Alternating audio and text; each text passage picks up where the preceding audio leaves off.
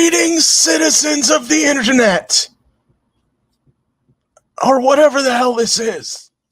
My name is Lori Lightfoot, and I have commandeered this channel to let you know that I completely disapprove of the content that is on this platform. And I hope that you agree with me, so that if you do, make sure that you are not supporting this channel by going to patreon.com/Chicago Corner. Whatever you do, avoid this channel's Patreon at all costs. My re-election is counting on you, and I hope that if we can all do things that are... I'm losing my train of thought, and I have no idea why the hell I'm still on this broadcast. It's 106 miles to Chicago. We got a full tank of gas, half a pack of cigarettes. It's dark, and we're wearing sunglasses. Hit it.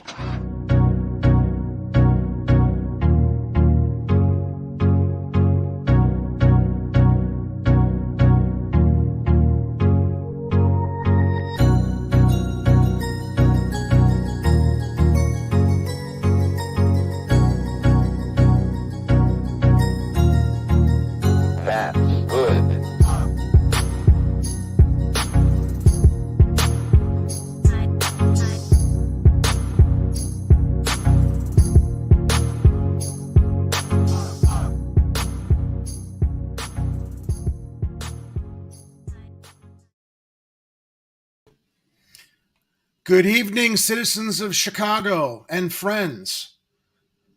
I'm your host, Jerry Vasilatos, and welcome to another Friday night edition of Chicago Corner. I'm live streaming to you all from my bunker on the north side of Chicago in West Ridge. We have got a really packed show tonight. There was a lot of news that I curated along with my co-host Ed, and it occurred to me as I was selecting all the stories for tonight's show, which was jam-packed. I'm like, oh, and I have a guest that we're also going to be having on. So we may be going long tonight, but we have no problem with that. We like talking. We like sharing the news here on the corner. So I hope that you will all sit back, get yourselves a drink, enjoy yourselves, some libations as we talk about this week's news, and also do a follow-up with our previous guest, who is running as candidate for alderman in the 34th Ward, Mr. Jim Ascot. But before I bring Jim Ascot on, I want to welcome my co-host, Ed Heller. Hello, everyone. And I'd like to share something that was reported by Block Club Chicago. We've touched on this now, I think, in two previous shows. I don't know if we read from this article, but I want to bring everybody up to speed before we bring our guest on. This comes to us from Block Club Chicago. In Chicago's new 34th Ward, which is a very important ward given the fact that it includes most of the downtown, well, the LaSalle Street corridor, which is very important to the business district. Residents are frustrated as Bill Conway plans to skip the only candidate forum. Now, this was reported 2 days ago. Wednesday's forum is the third Conway has been unavailable for, which was last night. No, 2 nights ago, or dropped out of. People have a right to listen to how you want to represent us, one frustrated organizer said. Now, here's Conway. Conway likes to do meet and greets, which are essentially echo chambers where you get to go talk to people who are there because they're probably already going to support you. And you can talk about your ideas without being challenged or have a conversation with the opposing candidate who might have some ideas that you're not addressing that the voters and residents in your ward might need to hear about and talk about and disseminate. Now, there are just 2 weeks until the February 28th election, and the new 34th Ward is not at a candidate forum despite multiple attempts to organize one. Now a forum is on the books, but only one candidate will be there. Candidate Jim Ascot said the only other candidate, Bill Conway, who leads in endorsements and fundraising, and also has a billionaire daddy, is refusing to debate him or participate in the virtual forum organized by Neighbors of West Loop. It streamed 6:30 to 8 p.m. Wednesday, and those who wished to watch were able to register online. Both candidates were invited to the forum, group leaders said. Ascot attended, but Conway declined to participate. live, but has offered to answer some questions in writing, Uh-huh. where you can't actually like ask him to perhaps, oh, I don't know, go into more detail or answer a question that might not be addressed in what he's just spewing out there. Residents can also submit questions for the live forum. This was the third forum Conway was unavailable for or dropped out of. The candidate dropped out of a forum last week hosted by University of Illinois Chicago political science professor. And we reported on that, and it really struck me as being very unfair to Jim Ascot because he was there. He was present. And from my understanding, they didn't just go ahead and say, fine, let's have Mr. Ascot answer questions and address the students there at that forum. And I want to get some details from Jim on how that went down too when we have him join us. Another forum organized by South Loop Neighbors was canceled after organizers were unable to find a date that accommodated both candidates. Conway was unable to attend 3 out of 4 dates available. Ascot was unavailable for only 1, organizers said. Spokesperson for Conway's campaign confirmed he will not participate, saying he's too goddamn busy to talk to the people he wants to vote for him or have a conversation and discussion with his opponent, who I can tell you from my experience with him, it would be a very, very respectful, even-handed forum. But the fact that Conway is ducking his opponent, I think speaks volumes to the fact that he is not interested in engaging because, I don't know, maybe he can't hold himself up in a forum when challenged, or he just figures it's in the bag because he's got all this money and he can just do these meet and greets where it's an echo chamber. At this point in the campaign, Bill's schedule has become packed with commitments to meet voters and attend events. He unfortunately has a scheduling conflict with the NOWL forum date. What's the most important thing here? You need to talk to the voters, not just your own little scheduled meet and greets, but you want to be able to have people ask you questions, ask both candidates questions. All right, I've gone on long, and I think you all get the idea from this Block Club Chicago article that updated things. So I'm going to remove that, and I'm going to welcome to our show 34th Ward candidate Jim Ascot. Jim, thank you for joining us again. Oh, thank you. Thank you for having me back. I appreciate that. Thank you. Did I miss anything? No, I think you covered it all. So we don't, this is such an interesting thing that I make myself available. Anybody wants to talk to me, I'm there, because it doesn't matter who it is. It's a small group or a large group or someone who has a question. I even answer the phone in my campaign office because it's important for someone to say, oh, and some of them are surprised that they actually reached me on the phone. I think that's a telling sign of what the alderman position will be like, whoever's elected. I will be available. I will be available to meet and talk and discuss and find solutions to issues that we have. I think that's critical in being that alderman representing the constituents of the 34th Ward. And the point of a forum, it's not a debate. It's an opportunity for voters to probe both candidates and for both candidates to present their platforms, present the problems that they feel that they have solutions for. And if they disagree with their opponent, talk about it, hash it out, basically present to the voters why your solutions are better than your opponent's. I don't even know what Conway stands for. I don't even know from what my reading and my research, aside from the fact he's getting all these really high-level endorsements without actually speaking in public in any forums to discuss ideas.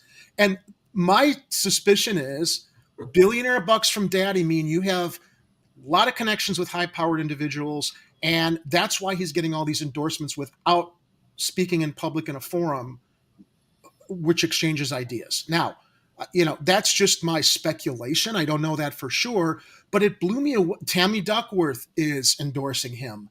Mike Quigley is endorsing him. I'm like, okay, so where does he talk publicly about what he wants to do where everybody can hear him aside from his meet and greets that only he schedules that I haven't seen any video coverage from?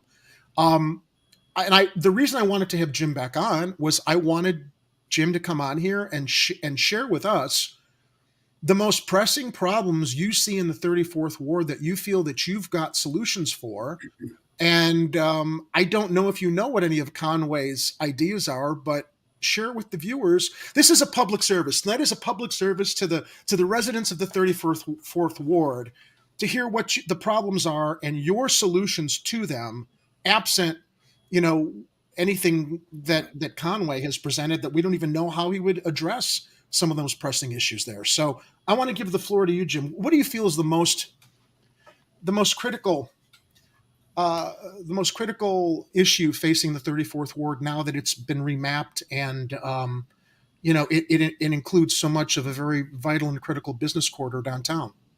No question. I think that we are the hub of the financial, engine of the city because of the loop that we hold.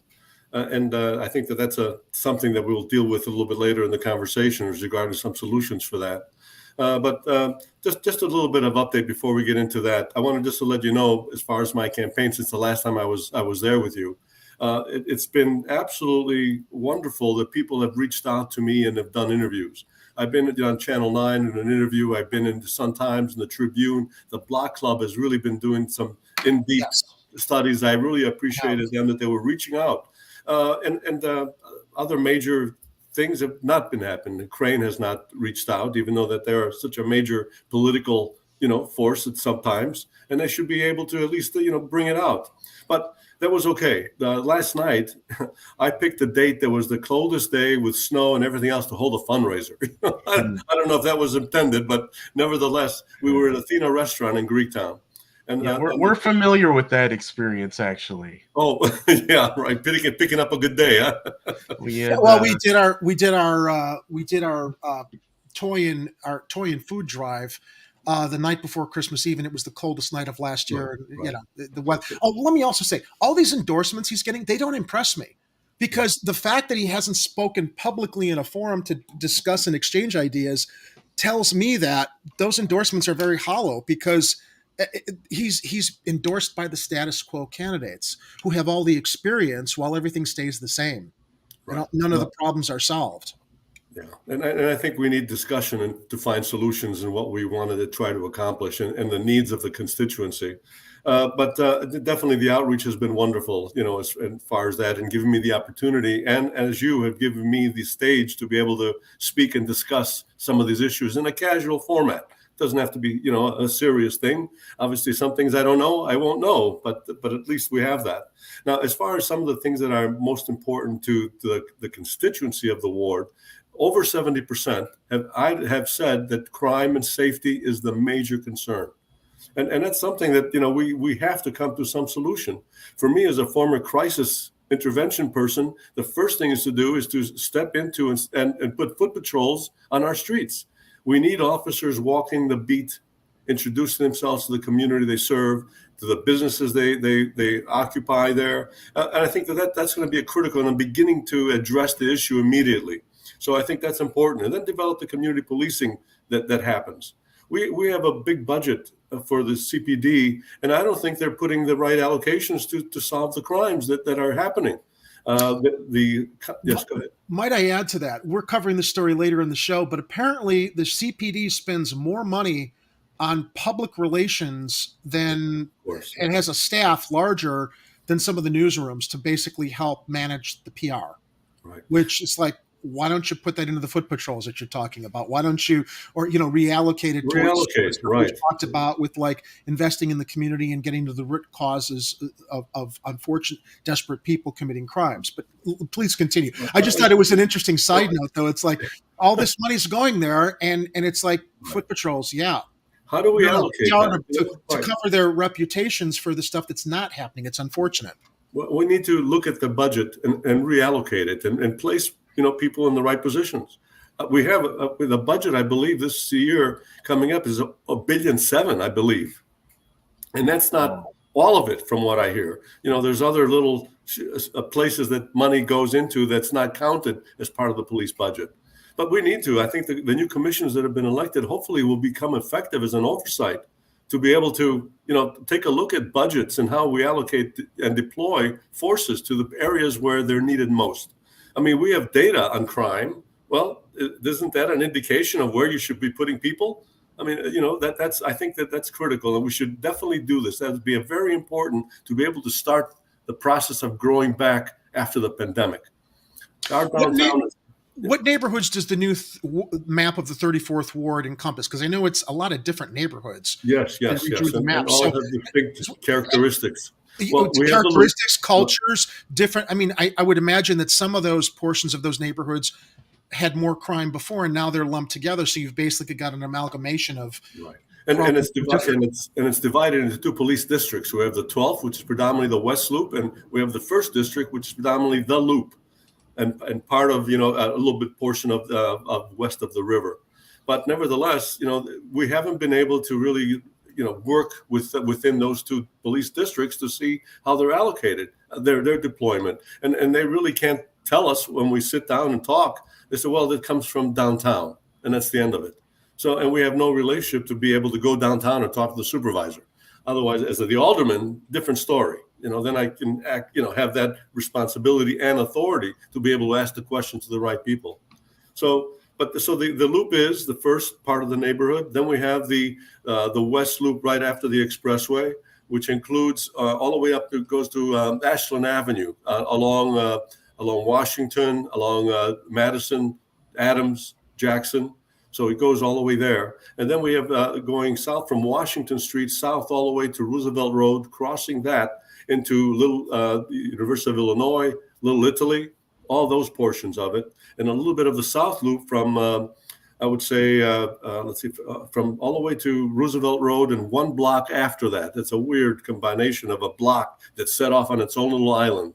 And that's kind of how and it goes to the river on Kenzie on the north. It's an oddly shaped ward. Right. When it was created, it seems like Riley took a little bit and kept some of it that he thought was important. Same thing with Burnett, same thing with Lopez, and same thing with Irwin. So all these 4 aldermen at the time, had most of this, all the wards, but it was divided. So the constituency, then who do you call? How do you address this? Now this isn't. Wait a minute. That's not. Ed was pulling up a map here. Is this the new map, Ed, or the old map? This is going to be. This is. Is this the old one? That's the old one. Yeah. That's definitely not the new one. Because remember, I said the new one looked like the profile of a ship from the Star Wars movie. Yeah, right. Exactly. Yeah. Exactly. Yeah, that's the old. That's the one that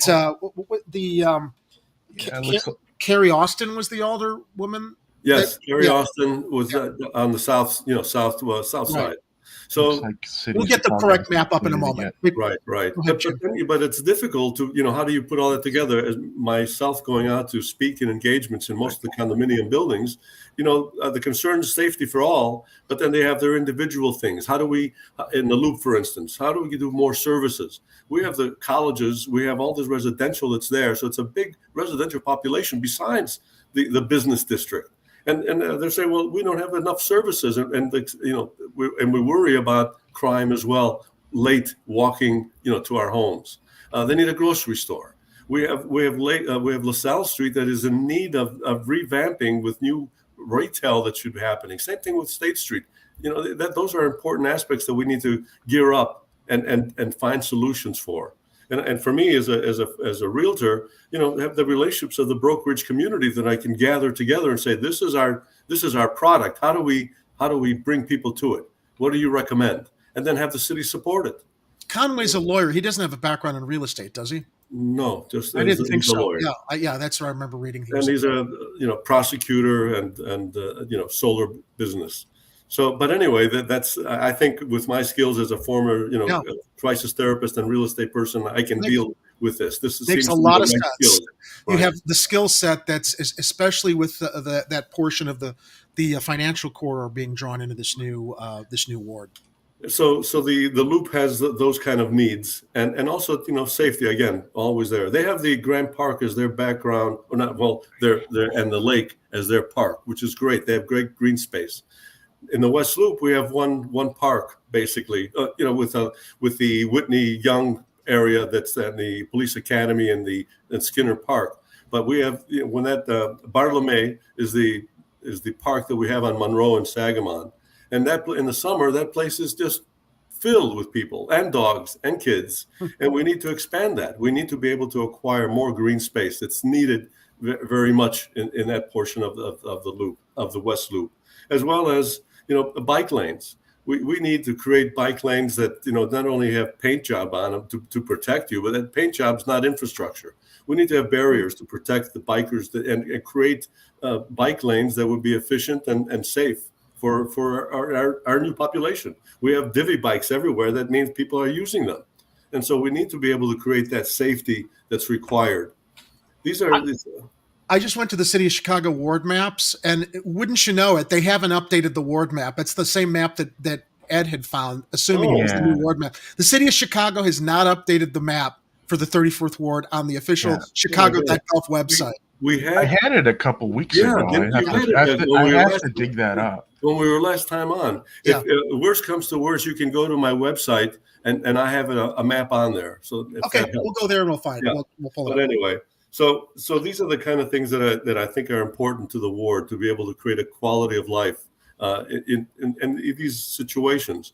Then you have the Greek town that's also been hurting. Our Hulsa Street's been weak in retail, although Randolph Street, some minor development needs to be done there as far as retail, but it's been booming. Fulton Street is doing very well. It's been sort of the new engine for economic development and economic growth in our city. And it's been noted that way of that entertainment center that we've created, and business as well. And once Google moved in, everything kind of fell in place. Yeah. And because the residential was there to support, the businesses as well, and new apartments are moving in there as well, with almost 2,000 units expected this year, and more growth next year as well. So that's why I think green space, quality of life, lighting, and having more green space in the area will be helpful to have the residents enjoy their living in the loop, in the new West Loop. So these are the kind of things that I think would be critical to be able to address, as well as then having an office, a ward office. And I think I would be in the middle of this ward, the way it's set up. It'll be probably right off the expressway, where people have easy access to the office and can meet the alderman. And, we can make appointments, we can work through it, have a schedule, not once a week or once every quarter. It'd be on a daily basis that, I would make myself available to be able to address any issues that you found it, that our constituents would have. Now, see how that's set up? It is bizarre. The loop, that's right. Loop, the south loop, the west loop, and then the rest of it. It's gerrymandered. Again, everybody picked what they needed to get out of it, and the unfortunate thing is that that the Little Italy, they divided that in half. Irwin has the open space, because that's Racine right there, and that's there. Yeah, right. That's on the definitely the east side of it. So the west side of it is Irwin's. Now you would think that you want to keep a neighborhood together. It's not Chicago. There's a reason they remapped it this way, so everybody could still retain what control they had or add to their control in their. Politicians like to pick their voters. Yeah. So, not the other way around. Mm-hmm. But that's another challenge and it's okay. We'll have to face it, and I will work with all four of those aldermen. Look at this little strip down here. It's like that's the one I was telling you. It's a block right there. It's 13th Street. Good, you got it, but it's so bizarrely, oddly. Yeah, right. What is that about that little corner that was important to keep? Yeah. So let me ask you this. Here's a challenge question. What is an issue or a platform that Conway has presented that you disagree with and have a good reason to disagree with it, or a solution he's proposed that you don't think? Are there any? I mean, you haven't had a chance to talk with him in person, but I'm assuming that you're following, some of the stuff that he's presenting to be able to speak about some of the things he's proposing. Right. Well, the flyers, he's been doing a flyer a week. So. Oh, really? Yeah. So piece flyers that I'm for this. I mean, the cliched "I'm for this" and my opponent isn't. It's like, well, then why don't you go talk to him so you can discuss why you are for or against something? It would have been important if we did have a forum where that discussion can happen. Yeah. But there's similarities. He's aware of the constituents' needs, and the idea of addressing safety and crime. That's apparent, and obviously he speaks to that as well. But I think in our approach, why I think foot patrols are important, because it immediately strikes the chord, for deterring crime happening, because there'll be officers walking and visibly on the street. And I would take it another step further, where I think that they should be a special force for the CTA. We should have uniformed police officers on platforms and on trains as well. and make sure that the CTA is beginning to function with cleanliness, with being on time, and the safety. If we do that, I think it'll help promote people coming back downtown and working, because they can step on the L, feel comfortable, and being able to ride safely to their work and back home. I think those are critical aspects that have to be addressed sort of at the same time in order for us to be able to kick back, what we need to accomplish, back as a city that functions. Only 50% of the people are back at the offices. That's not enough. As we're talking about that very crucial financial corridor, one of our loyal viewers, Kathy Powers in the chat, Conway's father founded the private equity Carlyle Group. Money, money, money rules in this city. It does. And that leads me to speculate all these big endorsements come from people that have got connections who are going to make out and potentially not at the benefit of the constituents or the residents of the ward. Jim, it does make a lot of sense to me that someone who's got a real estate background as well as the counseling background that you have, which relates to crime and relates to trying to help people in the ward, it is so properly suited to the challenges in this ward, as opposed to he's a lawyer with a lot of money, but connections to big businesses that will then probably potentially capitalize on the relationships with, I don't know, his father, who's got the private equity group. It just stinks. It just stinks to me that, and the fact he's not willing to come out in public and talk, just again speaks volumes to me. Yeah, It is. I think that that's the question. I plan to be a full-time alderman.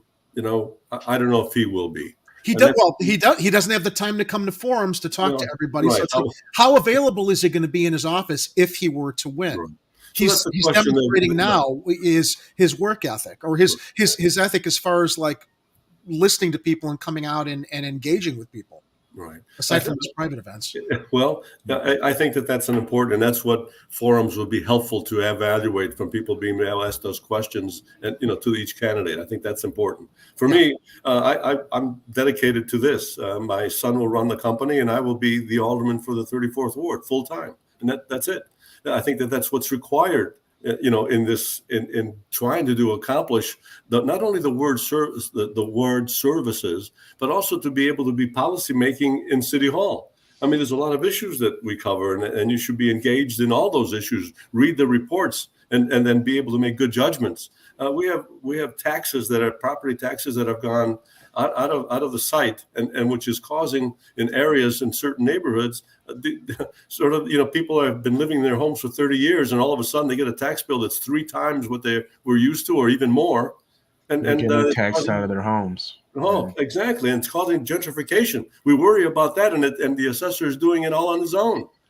And I think we need to have a different system, and it has to be evaluated how we tax people. It's causing a big burden. As a commercial broker, I hear people, businesses says, they don't want to be in town. They don't want to, leave Cook County or Illinois. So, I think we need to look at that. We are a state that has the highest tax rate in the country. Not the highest, one of the highest. So these are things that have to be addressed. And I think that a council member has to devote time to those aspects of policy beyond what he has to do to retain the ward and the services required for the constituents. Okay.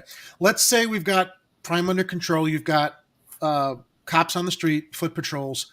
What are your principal ideas to revitalize not just the LaSalle Street corridor, but a lot of the areas of the ward that have suffered with business closures and vacant storefronts? How do you see revitalizing that with what bringing in more, trying to, lure back the financial groups that once occupied them, or redevelop for living space, rental space, condo space, bring in more businesses? Talk a little bit about how you see I think that all the empty places that are being abandoned right now. Retail will follow people, where money is, and be able to do it. Downtown, if we can increase the percentages of people coming back to the offices, is going to be critical in that process, because people then will open back up their shops. But let me ask you this, though. Given the fact we just came out of the pandemic, do you think that do you think people don't want to come downtown because they don't want to come downtown and work, or because they've realized how easy it is to work from home? Because you don't always have to fight traffic to go to a location when you can do the same work from your home if so much of your work is done on the computer. I mean, that's one of the things that the pandemic showed, was that so much work can be done from home. My sense is that more people don't want to go back downtown, not because they want to avoid downtown, but because of the inconvenience of having to drive, find parking, when they can do a lot of that work from home. Part of that, Jerry, is that people don't want to come home because it's a safety issue for them as well. Okay. That's very critical. People don't want to drive or be downtown because they think it's unsafe. So if we can take care of that portion of it with the foot patrols and an L system that works, safe, clean, and on time, those factors will work. I've talked to business executives, and they talk about, they're having a hard time. They're going, I have this building here, or my space, and only have maybe 10, 15% of the people coming in. So we're trying to make adjustments. Said, I need to, the kind of business that we do, IT and all those kind of things. They said, we need to have this, a common meeting with common people talking to each other so we can grow at the business with collaboration. He says, we're trying now to do, before it was 3 days in, 2 days out. So, they're saying, well, but we picked Wednesday as a day that everybody has to be here. So that way we can, begin to do business in the way we used to.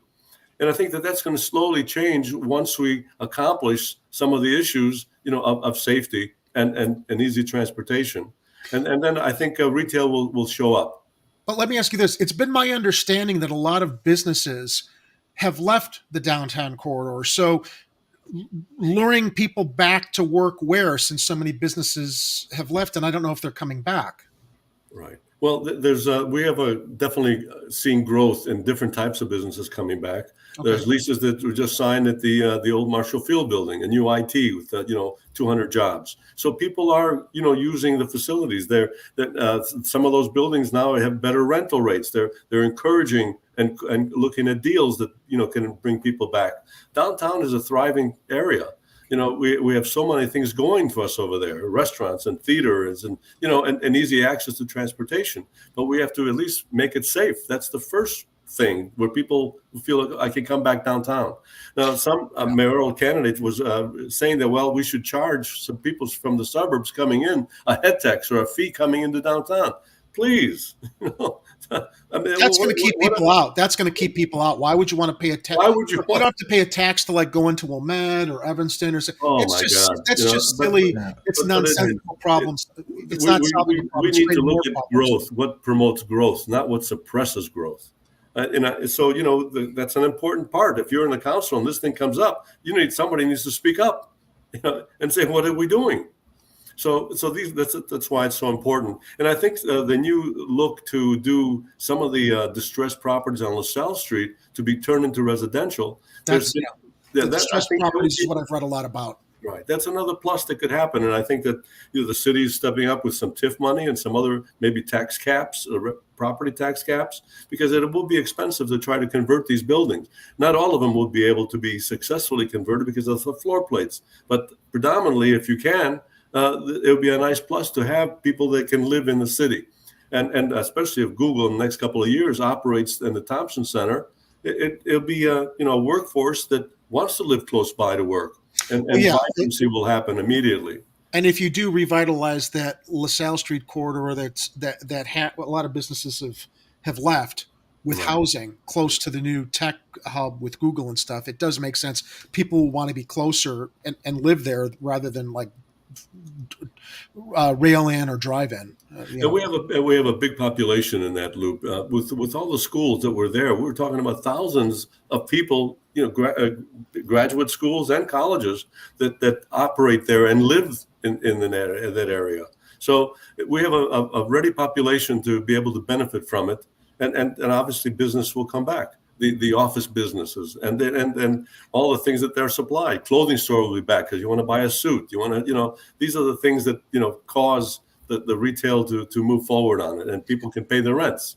Here's a good comment in the chat, though, that I have to say I agree with. When there is a huge parking expenditure for working, that complicates matters. Parking downtown is like extraordinarily expensive. Yes. Most people are taking public transportation, and I mean I don't have to worry about that because I have a handicapped parking card.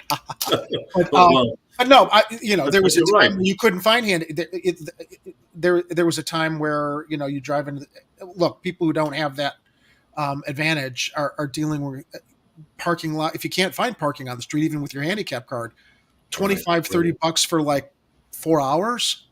Right. No, it's and even more expensive in garages. It's definitely expensive, and I think we need to look at that as well. How do we bring people to it? So and again, a lot of that is being taxed, and it raises the rates for everything. So we need to evaluate how we track business, and people once we can at least cover the safety issue, we can look at all the other dynamics that will help bring people to it. But we have our park with the music festivals. We have so many things going on that want to bring people to it. We have a garage that has 3,000 parking spaces underneath Michigan Avenue, and so we have the room, but let's make it accessible and reasonable in pricing. So we have to look at all these things. It's bigger than that's crazy. $40 at the Thompson Center, right? But at least the Thompson Center has the L that stops right in there. That's plus. True too. Yeah. So it gives opportunities for people to be able to park maybe perhaps outside of the loop and take the train in. I'm fortunate. I have a Clinton Stop where my office is. When I moved in that neighborhood in 2000 on Lake and Jefferson, there were vacant corners all the way around me. There was nothing there except the building that I moved into. But I realized that there seems to be a movement coming westward from Michigan Avenue, from the loop. And I saw that the opportunities, and I moved in there myself in 2006 that live across the street from my office building, which is fantastic for me. I can walk to work. And I think that that's something that people want to consider when they come downtown. So these are the things that will help us recreate our retail and businesses flourishing again downtown. But it's going to take this effort to really clean up a couple of areas that people are definitely concerned about. Safety and easily access CTA that makes sense. So once we accomplish that, I think things will come back into operation. Now, hopefully, we're not going to get into a recession. Hopefully, it's not going to be interest rates continue to grow. So, if we could handle on all that, there's a demand. Affordable housing is critical in Chicago, that we need more housing that is not available. And we have to incentivize that as well. And I think sometimes we have to relook at the ARO and say, well, you need 30% in the building. Well, we're preventing them from building housing in areas that are needed tremendously, south and west. So, things need to be looked at it and then evaluated and see what makes the best sense for us to be able to do in the city. And that takes discussion. It takes, people being engaged in the process of it. When we have a council that just rubber stamps things and all of a sudden they're handed a policy and you got to vote on it that day. Well, that just doesn't make sense, and plus I don't think there's enough staff for these aldermen to be able to have someone be able to evaluate it or give it to, that kind of support. So, again, I'm not in it now, but I will be in it and I will make sure that these things can happen. We need to streamline Department of Planning. People wait months, years sometimes to get a permit to go through and build a project. So, everything's got to work together to help each other grow the city. Again, it's not just one group. It's not just for individuals, for businesses, or just normal people visiting. They got to see that it's a healthy city that functions well and is fair. So. Ed, do you have any? Because I want to Ed ask a question or two, since I'm sure he might. I didn't want to dominate the. I don't know if I have any incredibly serious questions. It's just because we've spent a lot of time talking about all the policies we think need to happen in the city, and it sounds like you're aware of a lot of them too. So, I usually just go toward the questions about things that seem peculiar or odd to me. One of them obviously is the way that they drew this new ward that you're going to get into, and I mean, Jerry had compared it to I think it was a Star Wars medical frigate ship or something. It kind of looks like that. For all the nerds in the viewing audience, if you like Star Wars, reference, it looks like the profile of a Star Wars. I look at some of the areas and I'm like, I was giving the audience a little bit of a tour, zooming in and just strolling around the ward just so we could get an idea of what's in there. Right. And so I come down in this little corner area here and I'm like, okay, this is kind of weird for them to just draw this in here. But you get in there, you actually have a gold mine because you got Aurelio's South Loop locations right here for thin crust pizza. In a lot of residential. Yeah, you get a lot of residential. And then, but we scroll through here and we got this little notch here where they basically, I'm like, okay, well, what did they not want in that ward, or what did they want to have in a different ward? And some of it looks strategic, like they have the museum campus that they're basically trying to cut you out of here. They took Lou Malnati's. You don't have a Malnati's. It was terrible. And it looks like you might have a Giordano's though. I mean, there might be it's close. There is Pat's Pizza though, guys. Yes, I did scroll and I noticed that. So you got I was glad of that one. Yeah, Pat's Pizza is one of the best thin crust pizzas in the city. Absolutely. I'd like to get into some questions about financial issues. If we can get back to a little bit more of a serious topic, though. Have you heard? And I'm sure you've heard some of these proposals by some candidates about instituting a public bank in Chicago to help with managing interest rates and our budget. Another thing I was curious about, LaSalle Street is going to be in this new ward. Do you have any thoughts on the LaSalle Street tax and how that can help us cover so many of our budget deficits here in Chicago? Are you familiar with the LaSalle Street tax proposal? Slightly. I'm not. Okay, so the LaSalle Street tax has been proposed for many, many years, and basically, last I remember it, and this was the last mayoral cycle, a penny per transaction tax. Oh, that's it. Yes. On transactions that are going on in LaSalle Street in the trading market, that doesn't seem unreasonable. Yeah. A penny per transaction, given how many millions of dollars are being transacted, it could wipe out the deficit. I remember some candidates talking about like within a year or two. Ed, do you recall what some of the proposals were? I guess I'm wondering now, how much influence do alder people have over proposing new creating proposals like that to help bring our deficit down, to influence the mayor and to better fiscal management? Well, I think that it's an ordinance that has to be passed, and the council would create that ordinance and push it forward and discuss it and then vote on it. So I think that's how it would happen. It have to be somebody, hopefully CPAs would definitely, be part of this thing to understand what it is that we're asking them to do. And I think there was some really blowback from that industry about this. Well, of course they don't, because a penny per transaction, Jim, they got to pinch that penny. They're not making enough money. Yeah. I mean, that's just like, that's an arrogance.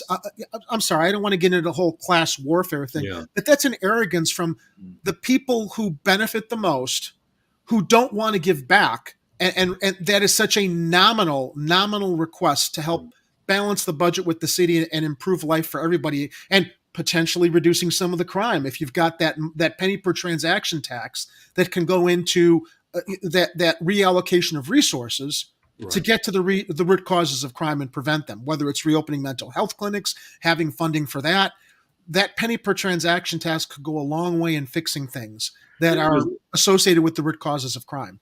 There's no question. I think that would be a very useful opportunity to look at and see if we can implement it, if it's very doable. And the money, obviously, we have allocations that we can definitely put it into investments on the south and the west side, create more mental health clinics. I mean, there's a lot of opportunity, pay off pensions.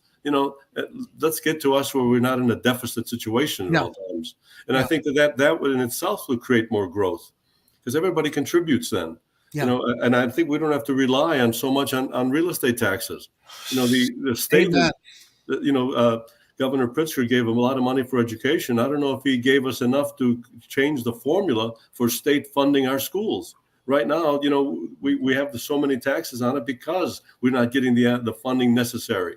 So, those are critical aspects. And we have all these state representatives that are part of us with the city that, we should be having meetings as a whole and say, this is what we need to have. And this is the kind of laws that you got to work on in Springfield. I don't think we ever had remember a meeting like that where all of us get together, the council members or the mayor, and talks to the state representatives. And here's a plan for us that we can succeed in. So these are the kind of things I think they're important to have those kind of discussions because there's a lot of opportunities for us, like you mentioned, this penny tax, which seems to be reasonable and fair to be able to do this. And it can, as long as we can make sure that we use and allocate the money correctly. So let's just imagine the amount of transactions on LaSalle Street daily have thousands in the millions. So, a penny per transaction per day, that's going to accumulate a lot. And that's not a lot of money out of their pockets. It just seems to be a greed element there that does not want to give back to the community that they're doing very, very well in.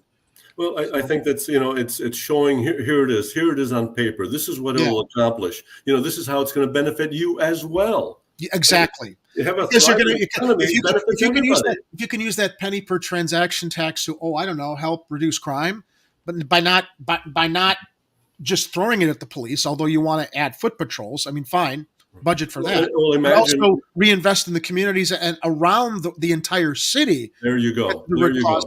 Of what's causing desperate people. What causes desperate people? Imagine all the schools that have been closed and just closed up and becoming dilapidated by the day. Yeah. Imagine being able to open those up as community centers. Yes. There's a gym in there. There's a mental health potential. There's it's just amazing what we could do. So you're familiar with one of the candidates, Jamal Green. He had proposed to the city. There is a school in one of the neighborhoods near where he lives that's been closed down for years. The lights aren't even on there. It's like a haven for attracting crime. And he's asking the city, look, if you will relinquish that property, not give it to us for free, but release the property, we will redevelop it into a youth center where we can basically give kids the opportunity to discover what their talents are, provide them with the support, not only with what they want to pursue, but also mental health support, right? Emotional support. It's just so needed. Want to do it, right. And it's like he's addressing just to what you spoke about a moment ago. Yeah, reopening schools or using the old closed down schools to create the youth centers. Right, it'd be critical. These young kids that are causing the crime are under 18. Yeah. And wouldn't it be wonderful if they had a mentorship program in one of these old schools that we turn back around and have that as a center for people to be able to be with mentors that support better education and skills and how to be a good person in society. A lot of them are coming from very, very challenging domestic situations, and people don't understand that. They think, oh, well, it's a choice. You just want to go out and commit a crime. You should know right from wrong. You don't know right from wrong if you don't have parents that teach you right from wrong. Well, and imagine at the same time living in conditions where you can get shot. The trauma that creates is how do you live in a situation where you have to be careful going to school and not be shot? We look at the students that we've had. If it's easier and faster, quicker, a lot of money to deal drugs because there are no decent paying jobs in your neighborhood, or you weren't given the opportunity to train for something or discover what your real talents are, what would you do in desperate circumstances like that? You're going to go for the money, even if it's sadly, I'm not condoning it, but you have to understand the reason that younger kids are gravitating towards crime or drug crimes or whatever, getting associated with gangs. There's quicker, faster, more money to be made that way because they don't have an education. The schools are closed. They don't have youth centers or trade schools to learn a trade that would pay them handsomely if they decided to go into being electricians or plumbers, whatever they want to do. But give them that opportunity. That's it. There's no opportunity for them. Right. And then that's critical and part of, lowering crime as well. But the emergency crisis thing about putting police officers on is, as I said before, it's a Band-Aid immediately to be taken care of, to give us that sense of security as well. But we need to make those investments as opening up all these closed up schools and clinics as well. We need to invest in that. And homelessness is the other part of this thing that needs to be definitely done. We today was the article about because Tucker Carlson. Yeah, now Lightfoot's moving out. We're going to talk about that later in the show. It's hilarious. Now she's got a fire lit under her ass because Tucker Carlson exposed her nationally. Now she's worried about the homeless people, not before. Kathy actually did some research for us. Thank you, Kathy. The LaSalle Street tax would raise between 10 and 12 billion per year in Illinois.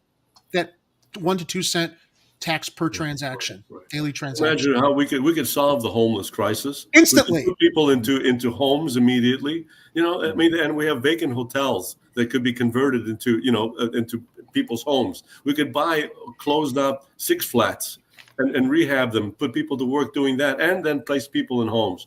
We have about at least 1,500 people that are living in the street in tents. We can't handle that many people into homes. It just doesn't make sense to me. It's not a priority, Jim. The problem is those that aren't affected by it don't make it a priority because they're so disconnected from it. It's just out of their realm of experience or having the empathy to put themselves in other people's shoes to understand. If you're in a position of power or wealth, you have an opportunity to make other people's lives better. Why wouldn't you? Right. They're raised as badly as the people we're talking about that gravitate towards crime. Right. You can be greedy or you can be a criminal. Right. Neither is helping solve the problem, helping others. And there isn't that understanding of what homelessness is about. I mean, obviously, yes, it is mental health issues. It is a drug addiction. But there's also people that got divorced or some issues with work, and they don't have a home, and they're pushed to the street. Can we help those people with maybe better skills, get them into a training program, and put them in a place where they can feel safe? We have also kids that are homeless that are going and attending school and coming back and living in a car. That is just untenable that we allow that. Our priority was getting a new getting a casino into Chicago. That was the priority. That was the priority. Well, not all these things we're talking about. That's gonna bring in all the money and solve all the problems, and that money's never going to be spent on these issues that we're talking about anyway. Well, we tried to do that with Lotto. Lotto didn't help us with education, did it? Well, not at all. I mean, the lottery money was supposed to help fund education, but what people didn't realize was money that was already in education got rediverted. So the money from the lottery was basically replacing money that was then diverted elsewhere. So nothing ever actually another shell game. Shell game, exactly. Yeah, we have a lot to do, and we live in a great city. We're number 3 in the country as far as size and who we are, and attract the businesses that we do attract. We have so many things going for us. That it's sort of, we're just stepping on ourselves by not taking care of these issues that are, just in front of us. Taking care of each other. Yeah, that's it. That we have to have that. It's respect. It's understanding. It's considering your next door neighbor. Shovel his walk. No more dibs. No more dibs. When you win in your ward, you abolish dibs because everybody should shovel for each other and gladly let somebody park there when they're gone. That's all it is. It's somebody stepping up and say, "Listen, hey guys, let's all come out here and shovel the snow." I mean, I know it sounds optimistic and maybe a little too Pollyannish, but it's necessary, isn't it? Yeah. On a short-term basis, dibs I find temporarily acceptable, but what we really need is the city to step up and clear all the sidewalks. And it would create a lot more jobs, wouldn't it? It would. Great jobs. We have all the streets. And even on the cleanup side, it used to be people used to carry a big garbage can on wheels with a broom and a shovel and clean up our streets. Yeah. They were terrific. And it showed a consideration that people say, "Oh, Chicago is a clean city." Just that little perception makes a big difference in who we are and who we attract. And obviously, if it's clean, people hesitate throwing it on the floor. They use the garbage can. Jim, in front of my 2-flat here, so I'm like a block away from Devon, restaurant, grocery store corridor. Anybody who walks down our block from that corner litters. It's just a garbage dump all along the street. So I contacted my alderman. I said, "Is there any possible way we could get, a big cement garbage thing at the end of the block so people who are leaving Devon can deposit their trash?"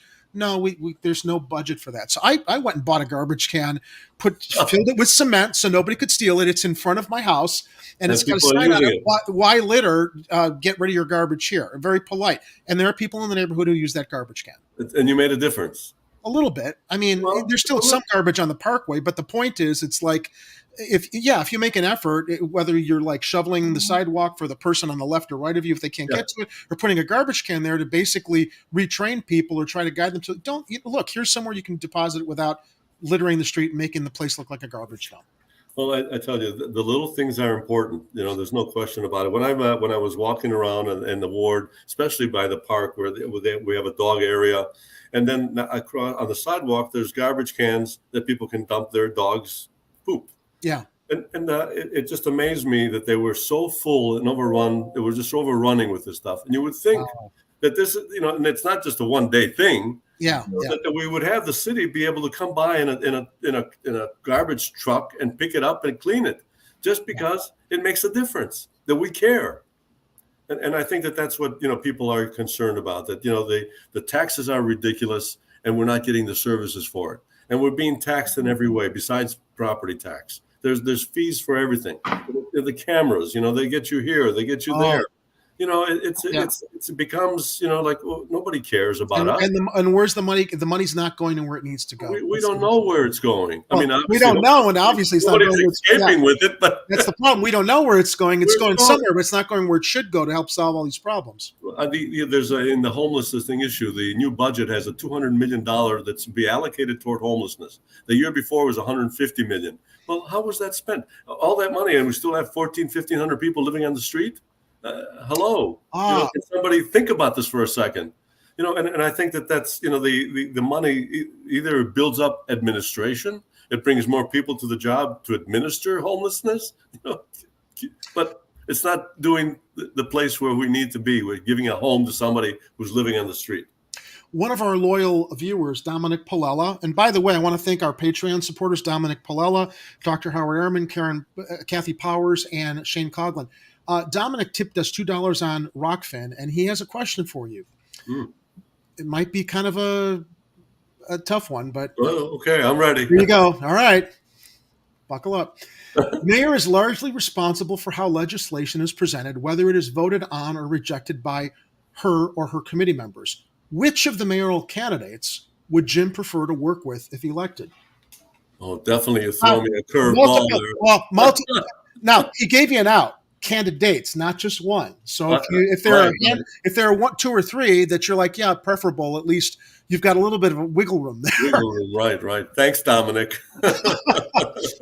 Well, given my personality, the thing that I usually say is I'll work with whoever the mayor is.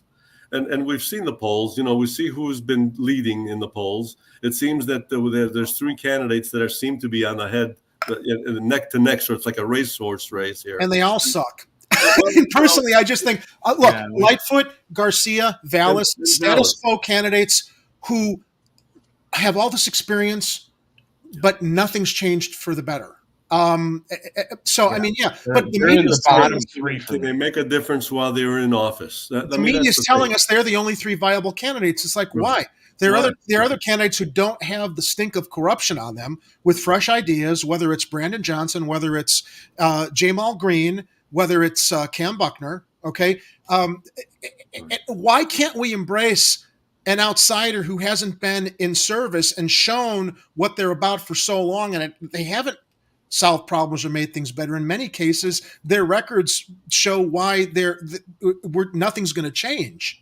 Is the problem. So, I mean, I can appreciate wanting to work with whoever we're stuck with, but by the same token, it's like who would be prologue, and you can see what their history, what their priorities are. Look, Vallis, he's got a super PAC has been funding him with a lot of big business interests that are very, very secret.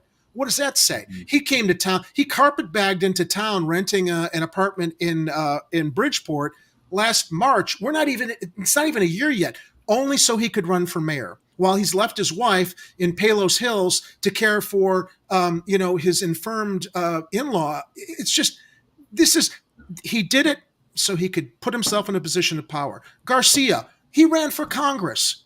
He was asked early by the teachers union, would you run? We need a progressive candidate. Well, no, I can't make a decision right now. Can you wait? No, We need a candidate right now. Well, no, I'm going to go run for Congress. And he did, and he won. Now he wants to come run for mayor of Chicago. It's like, where are your priorities, Garcia? And then Lightfoot, enough said about her. I mean, she's a disaster. And he's in a safe race because he can go back to Congress. That's right. This is all about what's safe for him. He's got his nest feathered already. This is an ego thing for my whole speculation on that, Jim, is that the power Democratic establishment nationally, to whom Lightfoot is a loyal foot soldier, as Garcia is a loyal foot soldier, saw that Lightfoot was vulnerable.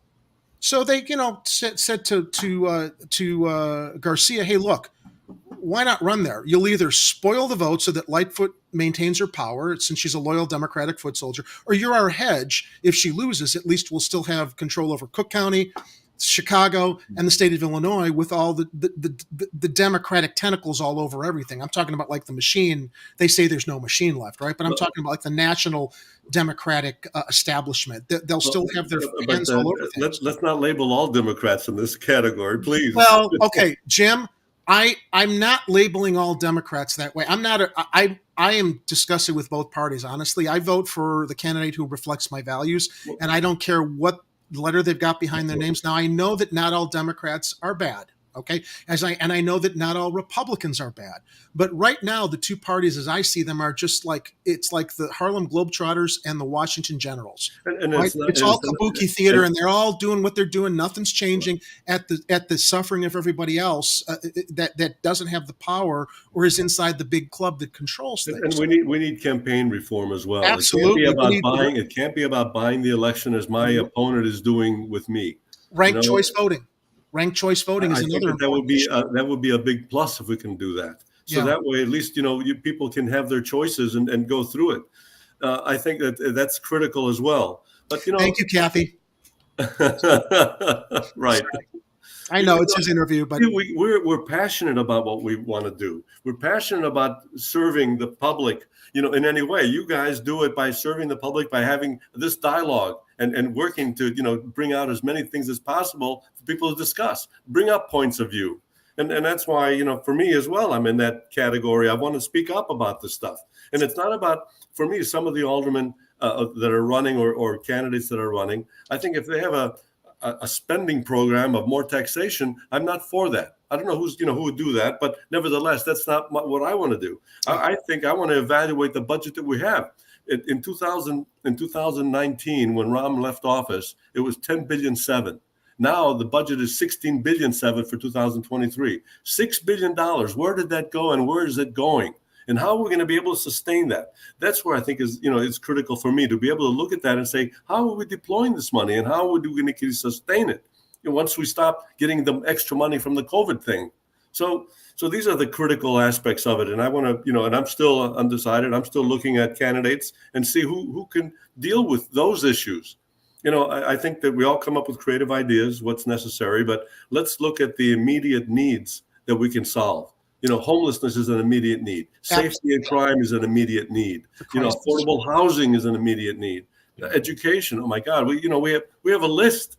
It's a menu, and we need to attack all these things, correctly and evenly so that, we can go forward. I want to also, anytime one of our viewers tips us, we want to make it a priority to be able to include their comment. Now, Dominic also shares, and thank you for the tip, Dominic. Let us remember that the revenue that the LaSalle Street tax would create will be under the control of the mayor and city council and not the voting citizens of our city. Constituent polling would give our citizens a voice in these kinds of decisions. Now, Dominic has a website called independentvoterparty.org that advocates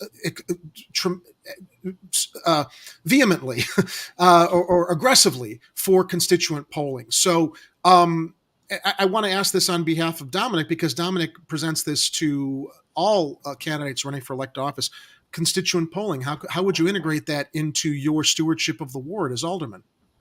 Well, it's happening in a certain amount. The aldermen get a budget of $1 million, $1.5 million, I think. It depends on, what is distributed, that then they do constituent voting on how that money should be spent.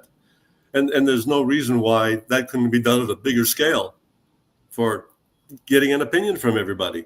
Obviously, yeah, regularly polling, whether it's a monthly thing or you reach out to the citizens of the ward, the residents of the ward, and say, what are your most important issues? Where do you want to see this money going towards? And actually having an act. I mean, it's one thing to say that you're there answering the phone and talking to people. We know that, and that's good. Right. But to actually engage in an effort where you're soliciting the ideas and the constituent polling to make sure that the money that you have allocated for your ward is going specifically beyond the fact that your constituents elected you, issue to issue, dollar to dollar, going towards what their needs and wishes are. It becomes a menu list of things that the constituents want, and then you try to figure out how to make that $1 million go, for all the things that are their priorities. Yeah, and I think that could be done on a city level as well. Yeah, that gives us, we have so much talent in this city. I mean, we have so many people that are talented and smart and know and have awarenesses of things. Why not be able to have their contribution as well? Yeah. We don't know everything. I mean, as smart as I think I am, I know that I need to be able to ask and ask the question so I can learn more. I think that should be the attitude. Not the mayor says this is it, rubber stamp, and let's go. Like some of the things that have happened, like the casino and NASCAR and other things. We don't have any input. And especially if you don't give enough time for the alderman to read on it, and most don't. They just don't have the time. And we should. I think that is to be looked at as well. Kathy asks if you had Kathy, what is, maybe Jim knows since he's in real estate. If you had a LIS building that is grossly unsafe, would you consistently request the city to inspect it? What does LIS stand for? Do we know? Because apparently, now this has been an issue in the ward that Kappelman has been in charge of for a long time. There have been a lot of issues in the ward there that what does LIS stand for? Just so we know what we're talking about here. Can you type out what that acronym stands for? Low income or I'm not sure. Low income subsidy. Okay, so if you had a low income subsidy building that is grossly unsafe, would you consistently request the city to inspect it? Yeah, without doubt. Yeah. All we need is a reminder of what happened in Turkey. Right? You see buildings just fell off because and they are charging owners of those buildings with crimes because they did not take care of issues that were dangerous for those buildings. Right. I think that's a gross terrible thing that not going through it and evaluating it. Even the one that we had that fell down in Florida. That was another. Oh my God, I remember that. Yeah, that entire complex that collapsed. So this is a natural here. Yeah. It should be inspected and re-inspected until it's done. If not, you evacuate the building. If it's a situation where it's dangerous for a collapse or harm to the people in it. So I hope that speaking of inspecting things, infrastructure is a big deal. Yeah, this isn't low income subsidy housing, but this is Norfolk. This is Norfolk Southern. That's Norfolk Southern, and we're going to be talking about this later in the show. If Ohio could happen here, that's one of their overpasses here in Chicago. Norfolk Southern. There's so many that are dangerous conditions. There's so many in dangerous conditions. Why aren't they investing in it? It's not like they can't afford to, Jim. It's not like they can't afford to. They don't want to. It's not a priority because the shareholders. Dividends are more important. Thank you. Right. Yes. That's right. Well, it's not so much that you're considered a radical or a liberal here. It's obvious needs that are so critically important to correct. We live in a society that it counts on it. We count on people stopping at a stop sign at a red light. So let's count on them seeing this and fixing it. And having an inspection that requires it. Why aren't there inspectors doing that?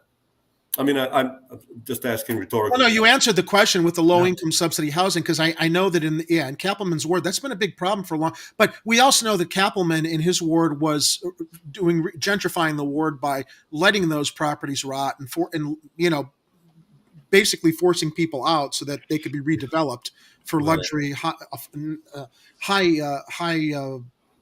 rents. Yeah. But again, because there is a need for affordable housing, and you can let conditions choose who gets to move out of a house.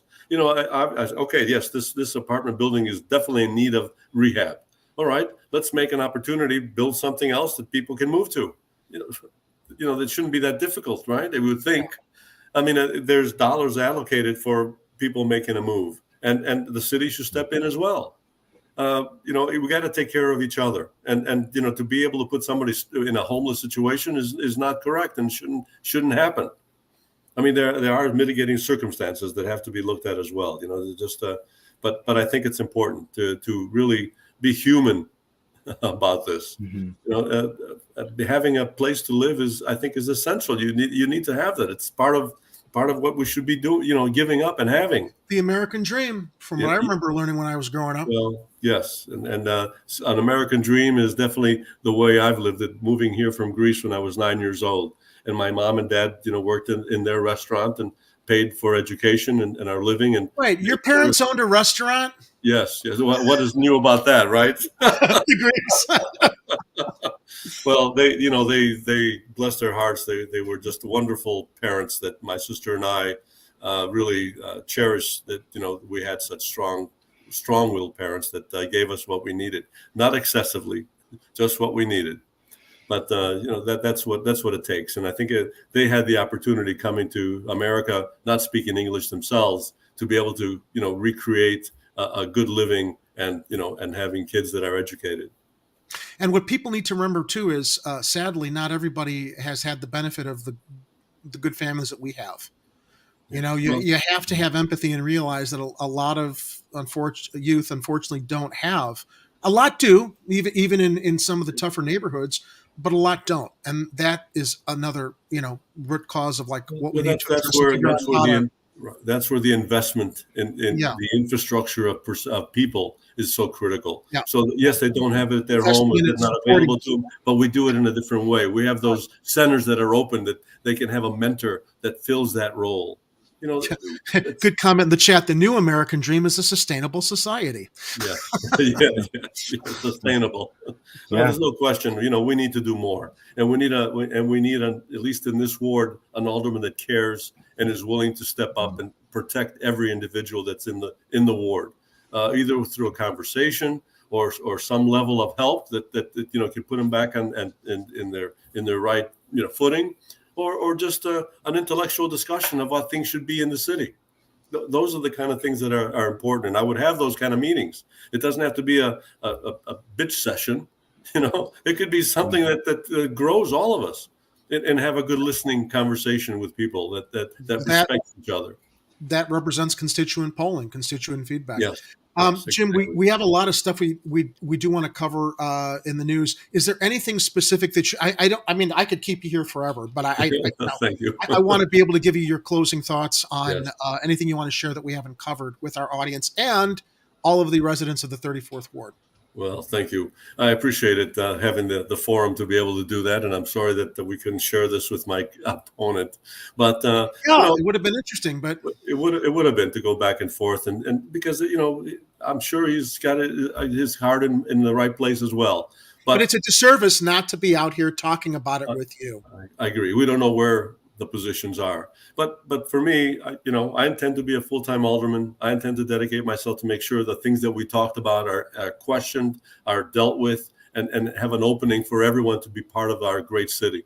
This is the kind of service that I want to be able to dedicate myself to. Experience, leadership, and service is the three guidelines that I will live by as an alderman. So February 28th is the election. Please consider voting. If you're in the 34th Ward, please consider voting for me for the alderman position in the 34th Ward. So thank you. I appreciate it. Ed, Jerry, thank you. Thank you. Good to see you, Jim. Thanks for joining us. Have a good night. Appreciate it. I wish you all the best of luck in the upcoming election. And if I were in your ward, I'd be voting for you. I'm not, unfortunately, so I can't. But I'm sure that the more people have an opportunity to hear your thoughts in this interview and the one we previously posted, they'll see why you're the smart choice, the smart decision. So thank you. All right, take care, Jim. We'll hopefully reconnect with you soon after the election. Thank you. Have a good night, guys. You too. Good night. All right. Was Jim Ascot. Jim Ascot for 34th Ward Alderman. Yeah, so, we should have him back on just to talk about restaurants, though. Because I kind of want to pick his brain, like which Greek restaurant. I should have asked him. Did his family? Well, Greek Islands is the big one down on Halsted Street. Really? That's the one that's I think I've been there. Look, that entire corridor we've been suffering. Greek Town is not the Greek Town that used to be. Most of the mainstays are gone, and Greek Islands has survived. It's one of the biggest and oldest restaurants there. There were Santorini's was good. Was another one that was in Parthenon was good. Gone. Unfortunate, changing times, changing economy. That was known as Greek Town because of the restaurants, but without the restaurants, I don't know how much Greek remains in that part of town. As here, I'm in we call it like the Little India corridor up here, where we've got food, Pakistani food, because the entire, for God, a good stretch of almost a mile, that's the culture of the eating in restaurants, eateries and restaurants up here. But Greek Town has really kind of unfortunately started disappearing.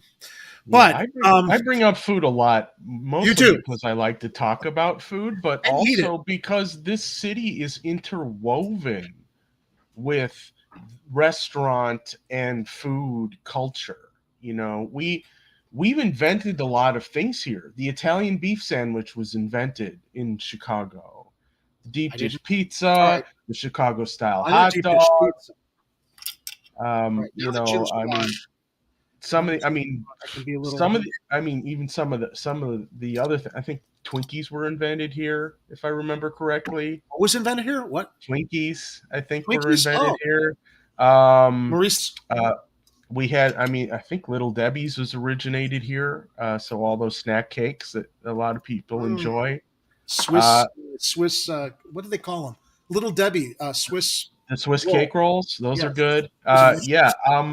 Ferrara Pan Candy Company, I think they're just outside of the city, but they invented lemon heads.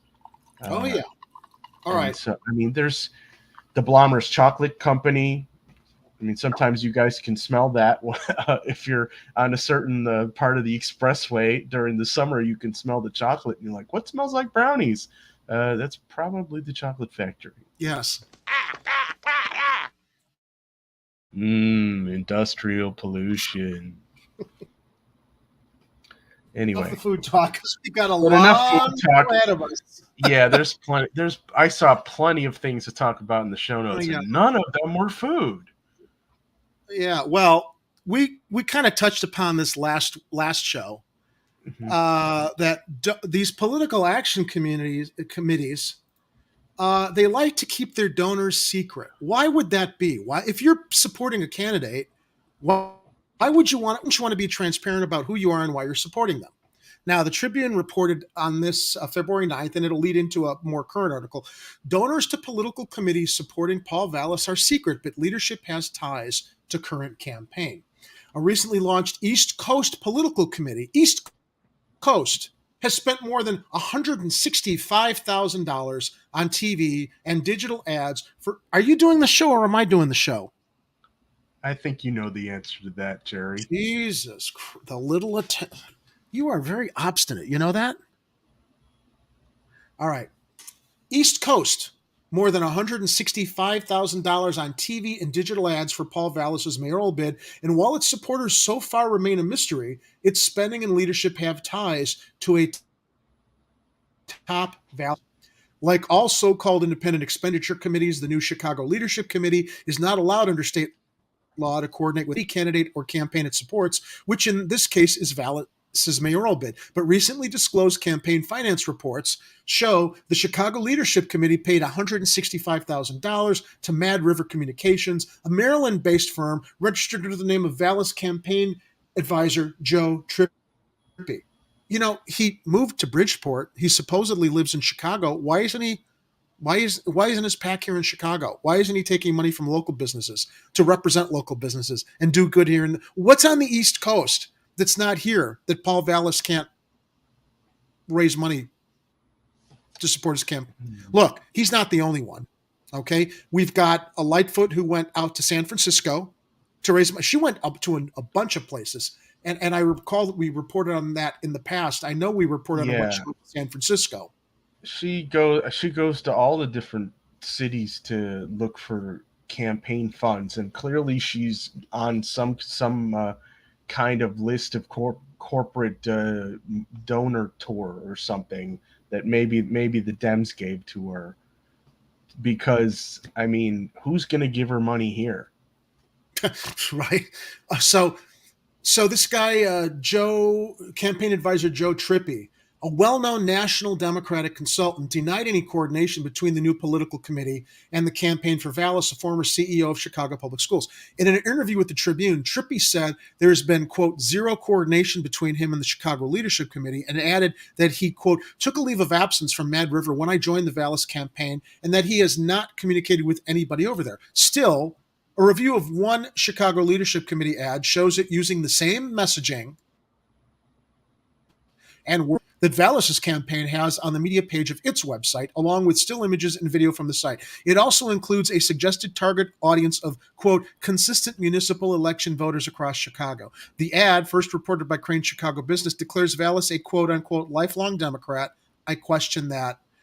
Who will bring accountability to City Hall, holding everyone, including police officers and even himself, accountable, ensure that Chicago is a safe haven for women whose abortion rights are denied in other states, and enforce the statewide assault weapons ban. Called red boxing, that copy and paste strategy is being employed by other political committees and campaigns across the nation. Campaign finance watchdogs say the practice effectively erodes the firewall that's supposed to exist between the committee and the candidates and campaigns they support. Campaigns have lawyers look at what they're posting in that box, what's available, to make sure it's posted to the public and anybody can use it, including, by the way, people who want to attack you, Trippi said. It's got to be available to the public. Meanwhile, another political action committee supporting pragmatic Get Stuff Done PAC pulled videos and images of candidates from Facebook. Alyssa Kaplan, executive director of the Political Transparency Group Reform for Illinois, said connections between these supposedly independent committees and candidates' campaign, and it's a big reason why independent expenditure committees are so problematic. Even when there's no actual coordination, someone could reasonably look at a situation like this and assume there was. All that shadiness and uncertainty undermines the public's trust in the whole system. Now, it's not just Vallis. This broke with Jesus the Stash Garcia. And this article also comes from the Tribune as soon as it loads. Come on. What's going on here? Come on. Paste. No. Paste and go.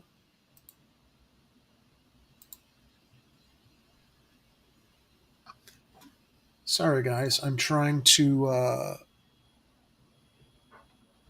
get to the next article, and it's not recycling. I can start. Right? Do you have it on that end? Hang on a second. Okay. All right. I can start reading from it. I've got it on two different screens. Are you looking for a Tribune article? Yeah, that posted on the 15th on Garcia. Super PACs playing bigger role in mayor's race and hiding donors. So the first article I shared with you was about Paul, all the players who are secret. Well, guess what? The members and the PACs playing into the Stashes campaign are hiding their donors also. This is the progressive candidate. They're all doing the same thing. The three candidates who are thrown on us and that are supposed to be the only viable ones, Lightfoot, Vallis, and Garcia, they're all the same. You got, like I said earlier, Lightfoot raising money in San Francisco and everywhere else but Chicago. Vallis with his East Coast interests. Now we've got the Stash.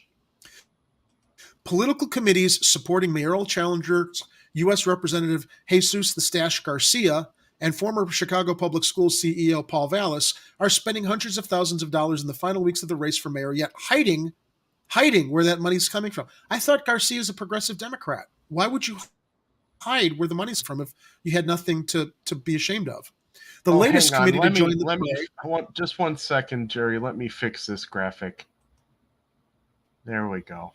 And I put the money. Yeah. There you go. Thank you. Wait, no. You need the one with, there you go. There we go. Okay. Yeah. The latest committee to join the fray is the new Leadership for Chicago Committee, which late last week Oh, yeah. Now the screen loads on this. Oh, no, it didn't even load on this side.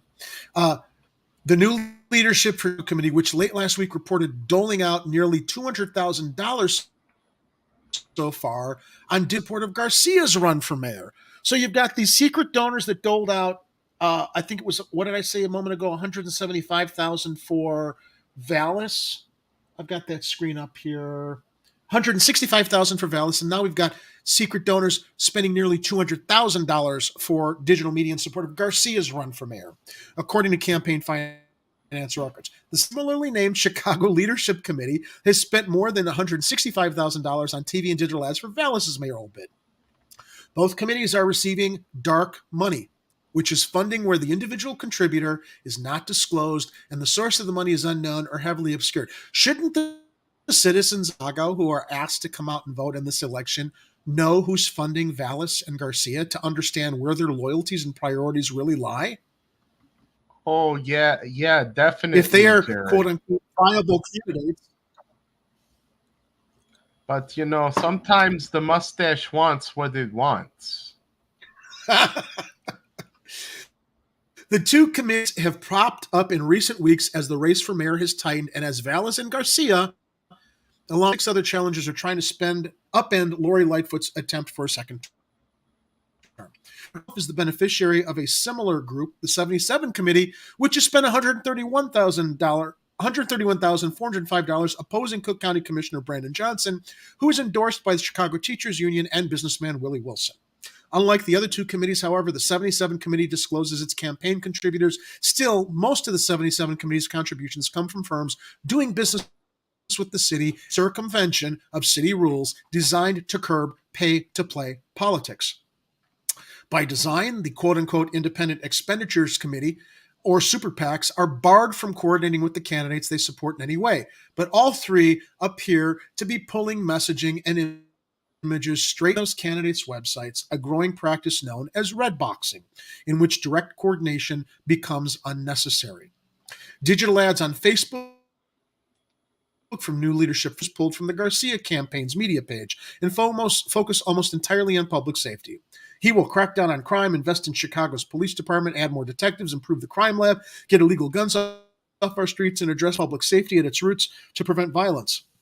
One Facebook post from the group says, the message of the 77's Committee's 15-second ad attacking Johnson as too extreme to language from the media page of Lightfoot's campaign website.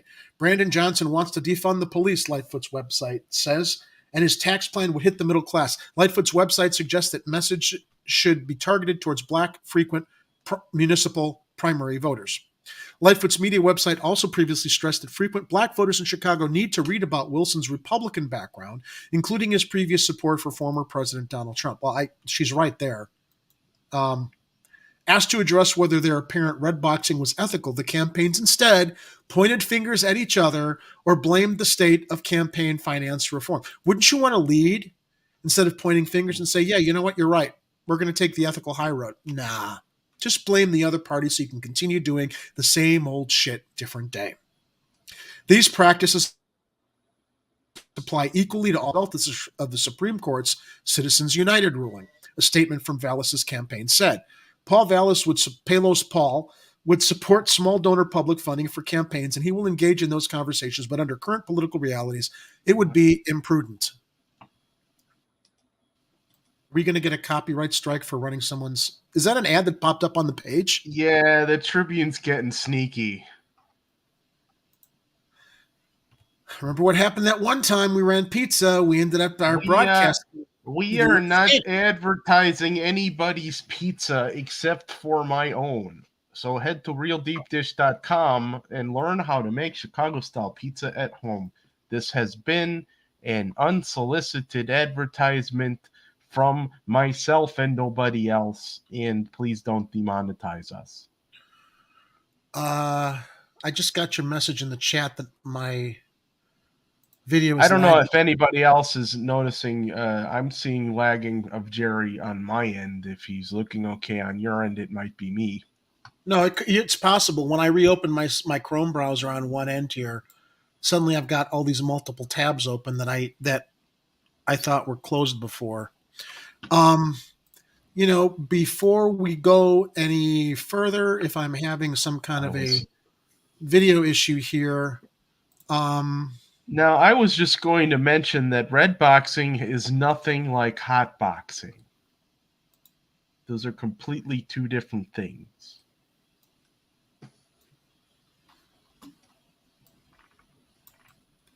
Pause for laugh. No, please stand by.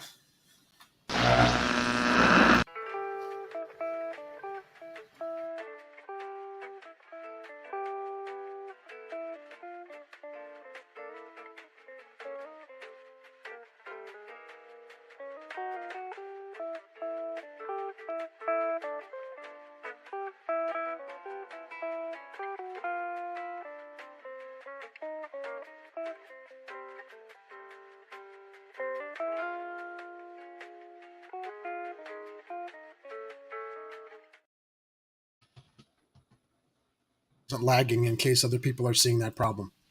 All right. Lightfoot's campaign did not address questions about red boxing, but said the campaign adheres fully to all applicable campaign finance laws and rules. Sure it does. Are we supposed to believe that? That's how stupid that she thinks that the voters in Chicago are. It also pivoted to one of its cornerstone criticisms of Garcia, saying he previously benefited from another super PAC that supported his run for Congress that was funded by now indicted crypto billionaire Sam Bankman-Fried, SBF.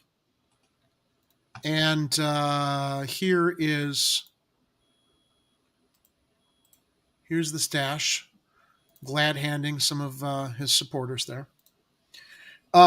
Shady Shui Garcia backers are exploiting loopholes in campaign finance law and concealing their donors' identities from the public, Lightfoot's campaign statement said, just like she is.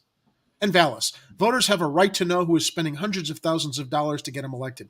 Garcia's campaign said he's been clear when it comes to getting dark money out of politics, from sponsoring the Democracy for All amendment that would finally end Citizens United to sponsoring legislation at the county level that would allow for publicly funded elections. Look, the article goes on and on and on ad nauseum, but I think you all get the point.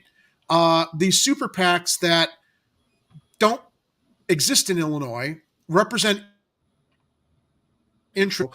I doubt are going to be representing the interests of those who are living in Chicago. And that is the root of the problem we're talking about here. Yes, it is.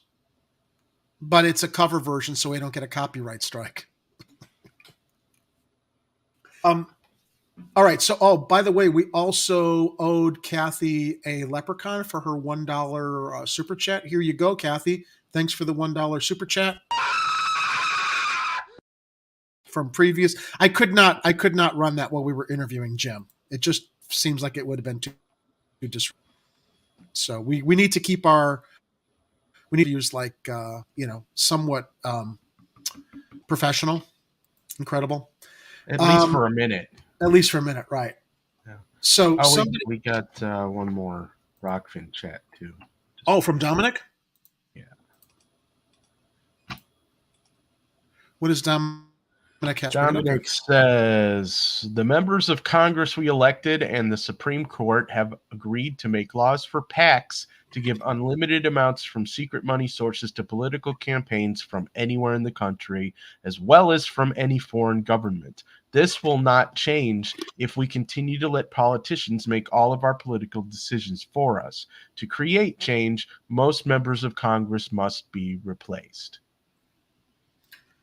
Or preferably dropped into a volcano.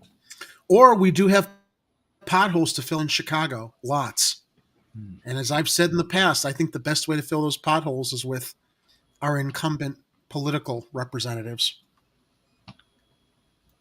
All right, so here's something that came off of Twitter that's kind of related to the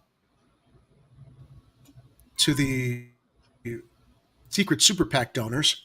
New leadership for Chicago, Group Garcia lists as its chairman and treasurer Adam Giapalo, vice president at Chicago-based Resolute Public Affairs, which was long tied to Rahm Emanuel. Now, Chewy ran against Emanuel last election. Mm-hmm. So, it just makes sense that he would be supported by those who supported Rahm then, who are now supporting him. And we read from that article about super PACs playing a bigger role in the mayor's race by hiding their donors. All right. Spinning. Let me get this one up. And I love the comment that you shared on Twitter in regard to this next tweet that we're going to share regarding Lori Lightfoot deciding to lean on Kamala, or do you say Kamala? Kamala It's pronounced Kamala. Kamala or Kamala? It's Kamala, like Kamala Chameleon, that song, you know? You say Kamala, I say Kamala. All right. Lori Lightfoot is deciding to borrow. Lori Lightfoot leans on the Kamala Harris playbook. It's not common that a black girl in a low-income family from a segregated steel town becomes mayor of the third largest city in America. But 4 years ago, we made that dream a reality. I'm asking you to stand with me so we can work to make our vision for Chicago come to life. I was that little girl, is all she forgot to add. And then we've got in the chat there, where's your comment, Ed? You mean this one? Hold on. You mean this one? Yeah, love it. You do realize that Harris got 0 delegates with this campaign strategy, right? Well, dude, she's on LinkedIn. As we said, she might already be looking for her next job. We can only hope. I mean, when they set him up like that, I mean, it's, what is it, the volleyball term? You just got to spike it, right? Oh, absolutely. I mean, it's amazing to me that they don't even pay attention to how other people run their political campaigns, and they think that they can just go along and just cruise along with the insincere identity politics. Thank you. You went right to the word I was going to go to, identity. That's all it's about. Yeah, great. Once upon a time, Lori Lightfoot was a sweet little girl of African-American background who had great dreams and was probably a lovely little girl. And sadly, look what she's mutated into. Who she was then has nothing to do with the horrible job she's doing running the city now. And, don't play into that, people. Stop. Oh, she was a sweet little African-American girl. And look at her now. Yeah, look at her now. What happened? I'd like to think that most sweet African-American little girls wouldn't grow up to completely abandon and turn their back on the communities of their own race the way that she has, although she pretends and panders that she's doing something on the South and West Side. She's not. She's just using the goodwill and of those people there that like to see the best in people and look past all of her inadequacies because, they share the same skin color, and that's what she plays into. Yeah, what do you have? But that's all I've got, Jerry, is my identity. I do this Invest Southwest thing, and I'm breaking ground, and man, that's progress. Breaking ground. With a shovel. More like breaking wind. And cutting ribbons also. Yes, I'm good. I'm really good at cutting ribbons and holding a shovel for photo ops. You know what else? Literally is all I have. What else Madame Mayor is good at? Pandering. Suddenly now she's, after 4 years in office, now she's worried about the problem of homelessness in the city. Why? Because as we mentioned when we were talking to our friend Jim, Tucker Carlson decided to expose her nationally. Now she's pledging to remove people experiencing homelessness from O'Hare. What does that mean, removing them, though? Moving them and putting them where? Providing them with a safe haven somewhere else, or just getting rid of them there because it inconveniences people who, don't have a soul or bright light in their hearts to recognize that this is a crisis that's not going to go away just by removing them and putting them somewhere else, some other that doesn't provide them the warmth or shelter of the airport because they've got nowhere else to go. Now, this comes from Ariel Perella Orelli at Block Club Chicago. Lightfoot pledges to remove people experiencing homelessness from O'Hare as population grows. Conservative news outlets, and isn't it? What does it take to get Lori Lightfoot to light a, what does it take to light a fire under Lori Lightfoot's ass? A Bad conservative press. news outlet criticizing her. A conservative news outlet. Yeah. Not progressives or Democrats who are like, hey, Mayor, you're a Democrat. Can you like help these poor, vulnerable people that are living in tents and under bridges? No. Tucker Carlson took her to task. Now she's doing something about it. And doesn't that mean she's trying to appeal to the To the more national right, audience. the national audience also, but perhaps the more right-leaning people in the city of Chicago, Mhm. lakefront liberals who really aren't liberal, they're actually like closet Republicans, conservative who like to virtue signal and act like they care about these things while they drive people out of their neighborhoods. Conservative news outlets have blasted Chicago for the issue of homelessness at O'Hare, which I'm sure that the Fox News outlets haven't actually offered any solutions to, because all the No. areas are just about complaining instead of saying, well, why isn't there more compassion? Why aren't you guys doing something to help these people? So no, the dirty, unwashed masses are sleeping around the airport. We can't have that, which the mayor says she's going to address with more services and enforcement. Mayor Lori Lightfoot is vowing to find housing and other support for the people experiencing homelessness at O'Hare Airport and get them out of the airport.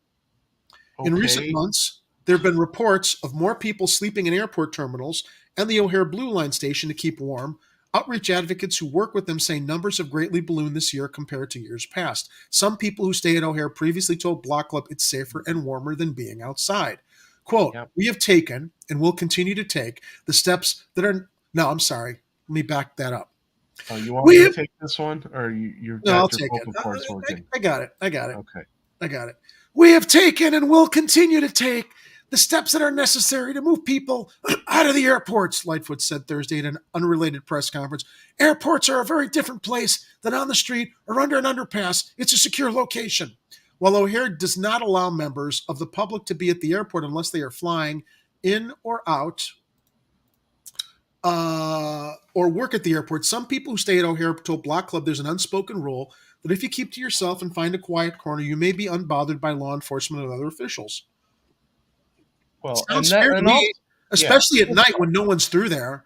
Well, You know- and the other thing is, it's like a lot of times when they sensationalize these things on the news channels, the quote unquote news channels, what they end up doing is taking a lot of B-roll of anyone they find in the airport that they even might consider to be unhoused, while it could just be some person who's stuck on a layover. Yeah. I mean, that's not to belittle the houseless problem in the city, when there definitely is one, but it's like, she again, it's But here's only the thing too, when Ed, Lightfoot gets embarrassed does she even take any Yeah. kind of action, and then what is this action going to entail? She The says all news- the right things. The She news says that- outlets are basically demonizing the poor and the homeless Yeah, and they're to score and it's political just- points. Yeah, and the truth is that they're just unhoused citizens of our city. They are us. I mean, any number of us, including the ones of us who are just barely scraping by trying to pay our property taxes, which just went up again. Any of us could end up as houseless, and so maybe someone else, all of a sudden is, living temporarily at the airport or on some friend's couch or, wherever. But the truth is, it's us. We need to take care of us. All of each other. us. Yeah. Yeah. I mean, look, that's what it all comes down to. However, so the last sentence was, there's an unspoken rule that if you keep to yourself and find a quiet corner, you may be unbothered by law enforcement or other officials. However, that could change. Lightfoot Great. said she's working with the Chicago Police Department and the Department of Aviation to remove people from the terminals and get them access to resources. What are you doing back there? He's having a little party running around. I don't know if you can all hear Yeah, him. he is. You hear them? The problem I hear him meowing. The problem I have with that sentence is that she's working with the police department. Right. They're not the right people to be doing this. Where are the social workers that are supposed to be operating with the police and dispatched with the police to circumstances that merit mental health and crisis intervention? That's what that whole initiative was put in place for. Now it goes on to say, working with Chicago Police Department and the Department of Aviation to remove people from the terminals and get them access to resources. We absolutely, fundamentally cannot have people sleeping in our airports who are homeless. That is unacceptable, Lightfoot said. And so we're going to continue within the bounds of the law to do what is necessary to provide those folks with support, but elsewhere. They can't be in our airports. Why? Because the mayor's comments were in response to news stories by Fox News' Fucker Carlson and the New York Post about homelessness at O'Hare. She said it was important to consider the sources which routinely criticize Chicago and her administration. They're never going to portray our city in a favorable light. They're never going to portray me in a favorable light. That was the subtext. She said, and I'm now creating a new acronym called NIMBA, N-I-M-B-A, not in my back airport. My understanding is those pictures are quite old. Some photos on Twitter that showed homeless people, their belongings and trash, were dated February 12th. Get out of here, Lori. Yeah, they're old, like a whole 5 days old. Yeah.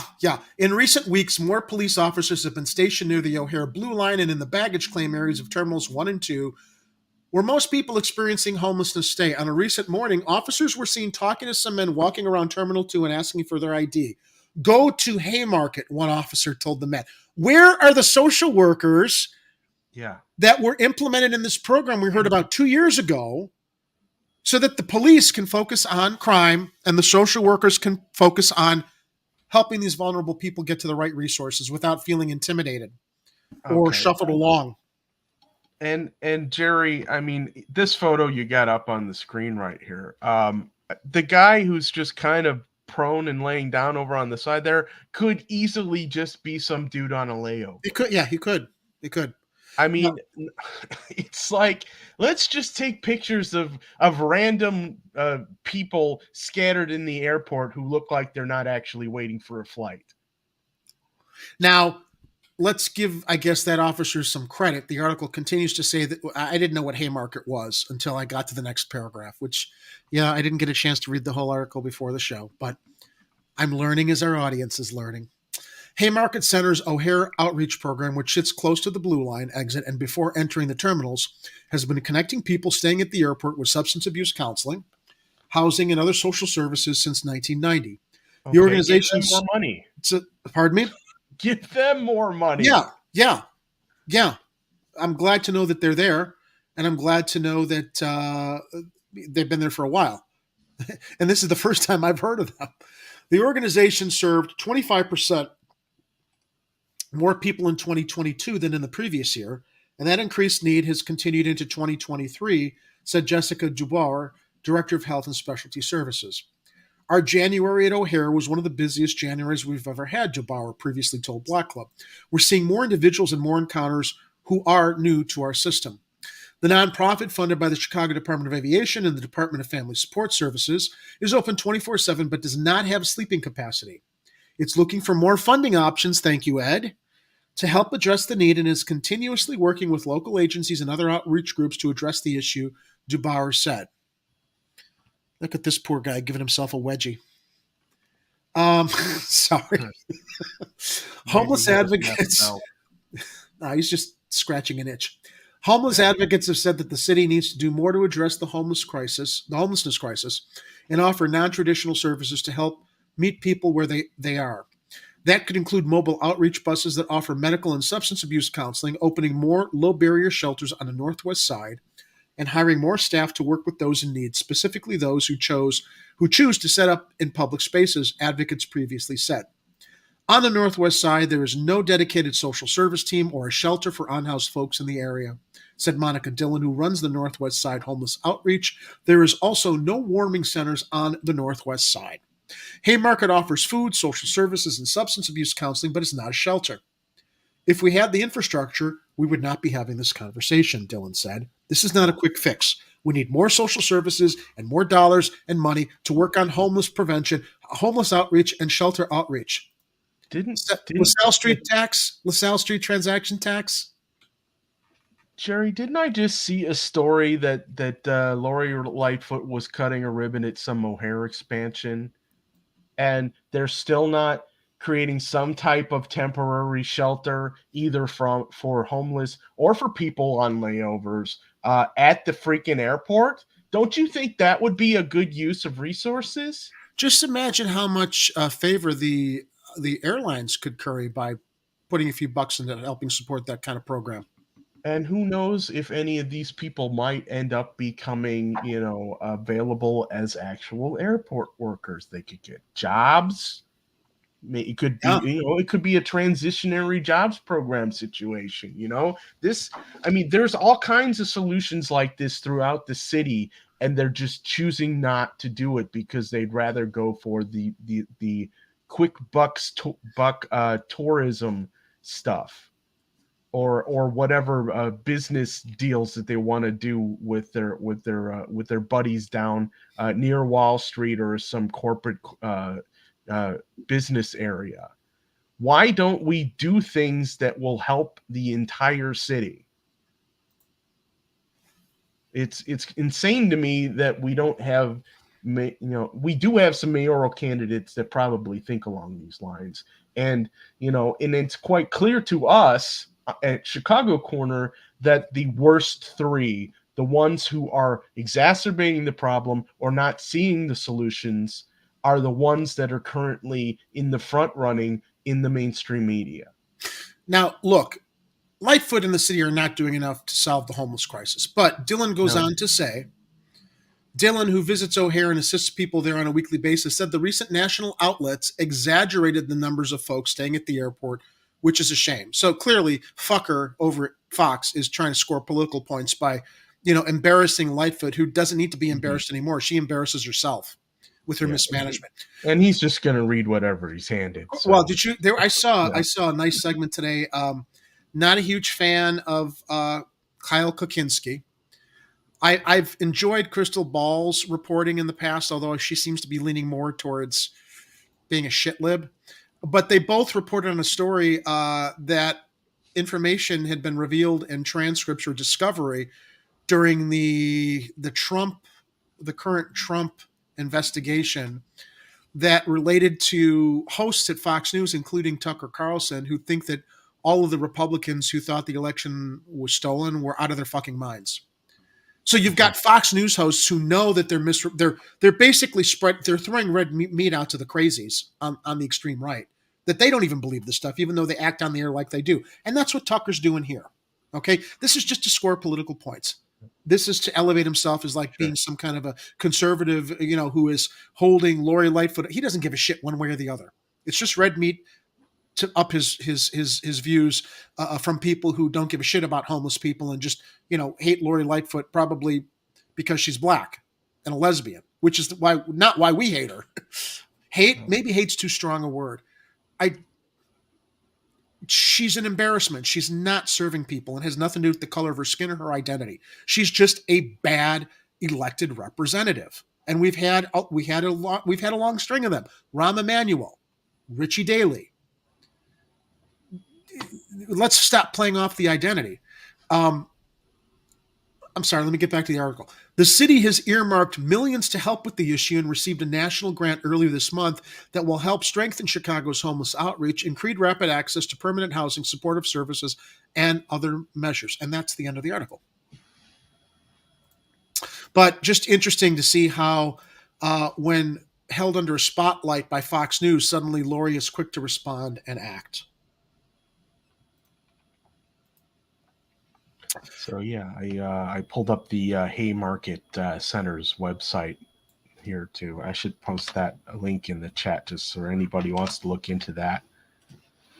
I'll just bring it up on the screen briefly here. It's just, I think Jerry mentioned it already in the article. They established this in 1990. O'Hare Outreach Program of Haymarket Center started in 1990 as an innovative approach to address the growing number of people experiencing homelessness and seeking shelter at O'Hare Airport. If you want to read more about that, I posted a link in the chat. But it's nice to know that this thing exists. Yeah. And these are the types of programs. These are the types of things that the city should be expanding on and adding more resources to. These are solutions that will work if we give them enough support. Now, clearly, we understand they don't have all the stuff that they need to really be as effective as they want to be. They need shelters. They need more. They need more types of counseling and support and all those other structures that you would put into a center like this. But at least they exist. Yeah. So there's that. I'm waiting for some Twitter windows. Oh, Kathy loves her Chon. That's Kathy's drug of choice these days, the Chon. Thank you for the $1 super chat, Kathy.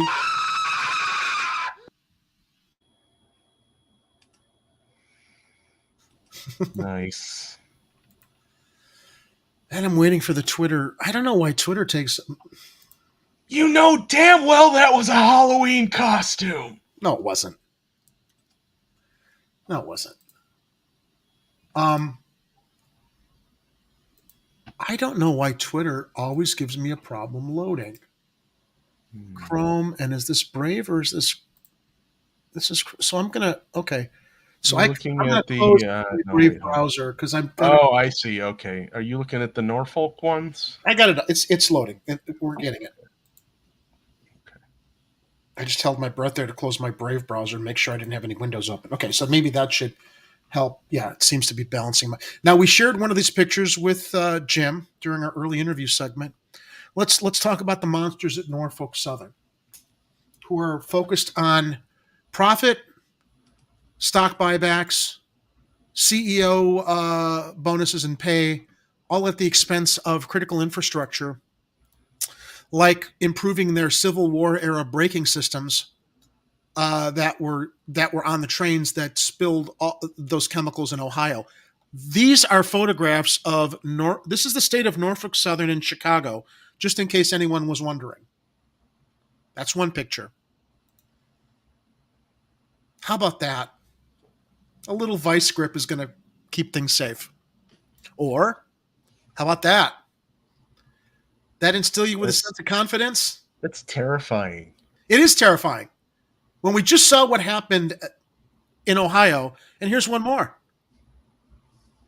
Up there. Now. Yeah, look at those structures is just crumbling and rusting away. Crumbling metal. And here's some more. Some other people shared more here. It's not a fluke with that horrifying temporary column either. This is just how the viaduct is held up now. This thing that's just placed there temporary. This entire viaduct needs to be torn down is what needs to happen and reconstructed. There we go. I love the vices there. Yeah. That hold things in place like it's a construction project in somebody's basement on the workbench. Oh, there's a little video too. Should I show the video? Well, let's hang on. Let me just take this a step at a time because I do have some. Here is Norfolk Southern bragging about their record profits last year. I don't expect any fixes to their crumbling bridges in my neighborhood, considering most of that was simply paid out to shareholders. Norfolk Southern Corporation today announced fourth quarter and full year 2022 financial results. The company marked fourth quarter and annual records for railway operation revenue and income from railway operations. A fourth quarter railway operations revenue was $3.2 billion, up 13%, and income from railway operations was $1.2 billion, up 5%. Do you know how much they were offering the citizens in Ohio where that train derailed? The last offer I heard was $1,000 a person. Oh, okay. Maybe that's changed because I heard initially it was like around $25,000, which would have resulted in like $2 per person. Yeah. I think the original offer, like $2 or $5, something ridiculous. Is this the video you were talking about? I'm sorry, I was scrolling down. Yeah. That's the one. Okay. I don't hear any sound on your end, but I don't have the audio up. Is he talking? you can just hear the crumbling of hearing it? the rusty metal. Oh yeah. Okay. Oh my goodness, the sound is working finally. Let's play it again. I think it was working. Yeah. Metal. Crumbling metal. The chunks of steel falling out of this viaduct nearly cover some of our sidewalks. It doesn't even feel like metal anymore. It's reverted entirely back to iron oxide. It feels like shale, and you can break it with your fingers.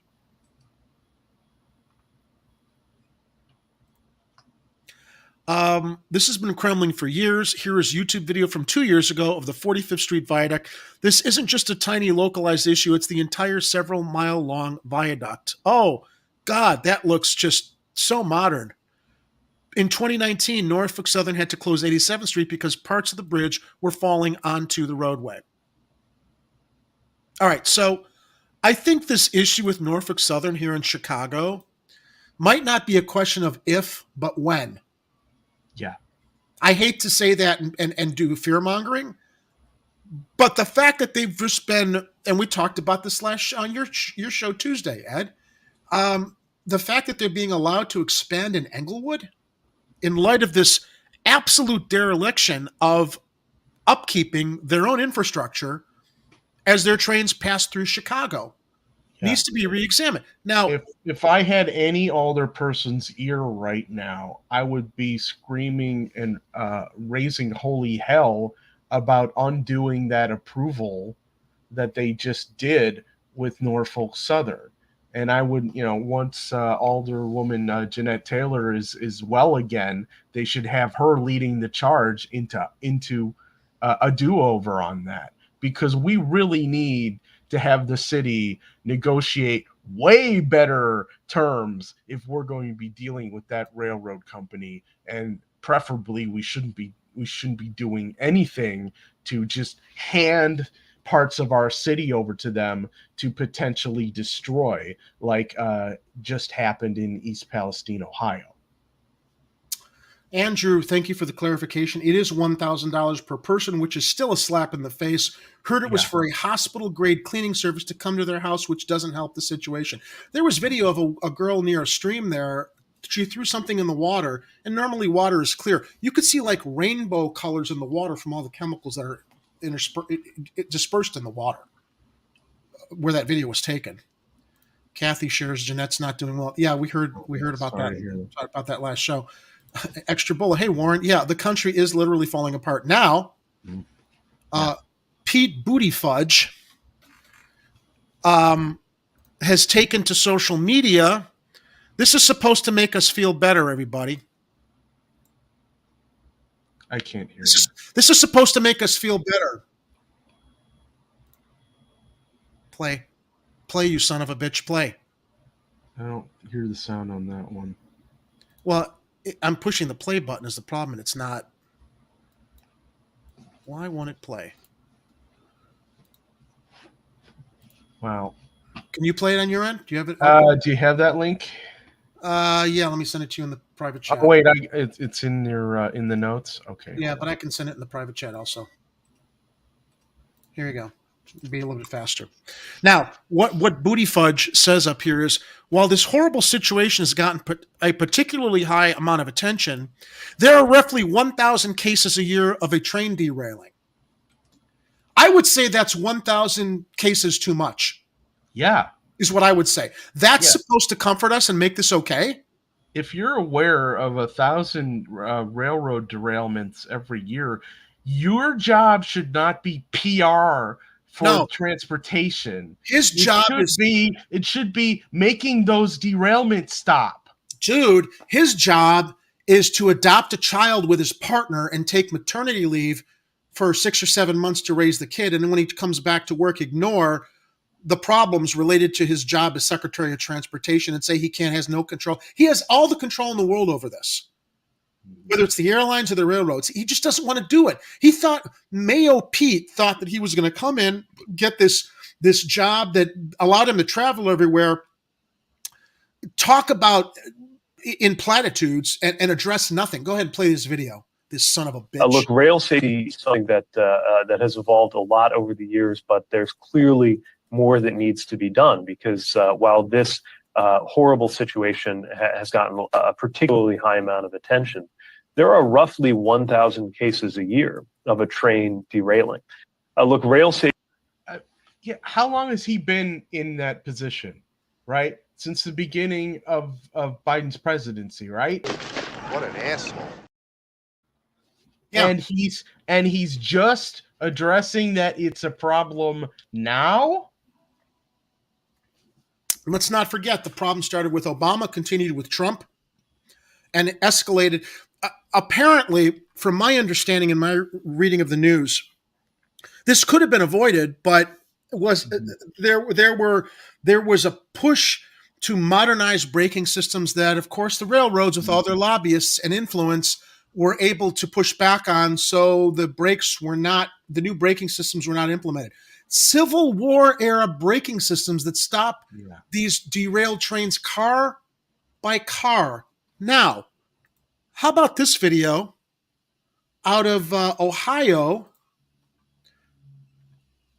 Not video, I'm sorry. It's a photograph. This is an actual freight train moving over a twisted, bendy railway track linking Ohio and Indiana in the USA. It's like a fourth world country. America should fix its shithole infrastructure rather than waging endless wars. This is terrifying. Oh, it is moving. It is video. Look at this. It's like Thomas the Train. That's how slow it's got to go on these. I've never seen tracks like this. Never. Yeah, I mean, I think this may actually be one of those independent rail tracks, but even so, we needed to nationalize our rail system decades ago. I thought this was a still image. No, that's how slow the train is moving. It has to move. It's actually, I think they sped this up. It has to move much They slower probably did speed it up because of how meandering and precarious these rails are. My God. Ohio through Indiana. That's that railroad. I mean, this is other nations are laughing at us. Lastly, at our infrastructure. Lastly, we don't need to be. It doesn't need to be this way. Yeah. Lastly, I'm sorry, Ed. Yeah, who's he standing with there? That's Norfolk Southern CEO and his buddy Mayo Pete. Mm-hmm. Thick as thieves. Sure. I mean, the guy who's in charge of transportation should be talking to one of the major rail carriers. But what he should be talking to him about is upgrading his damn infrastructure. Not how much his profits are going to be this year and how much he's going to tamp down on union concerns for the railroads. They can't even get sick days. They've had safety concerns. And this is what it's resulting in, because it's all about profits and nothing about safety, nothing about people. It's all just about the dollar signs. Yeah. All right. And so, yeah, it's a national story, but also it hits home because those tracks pass through Chicago as well.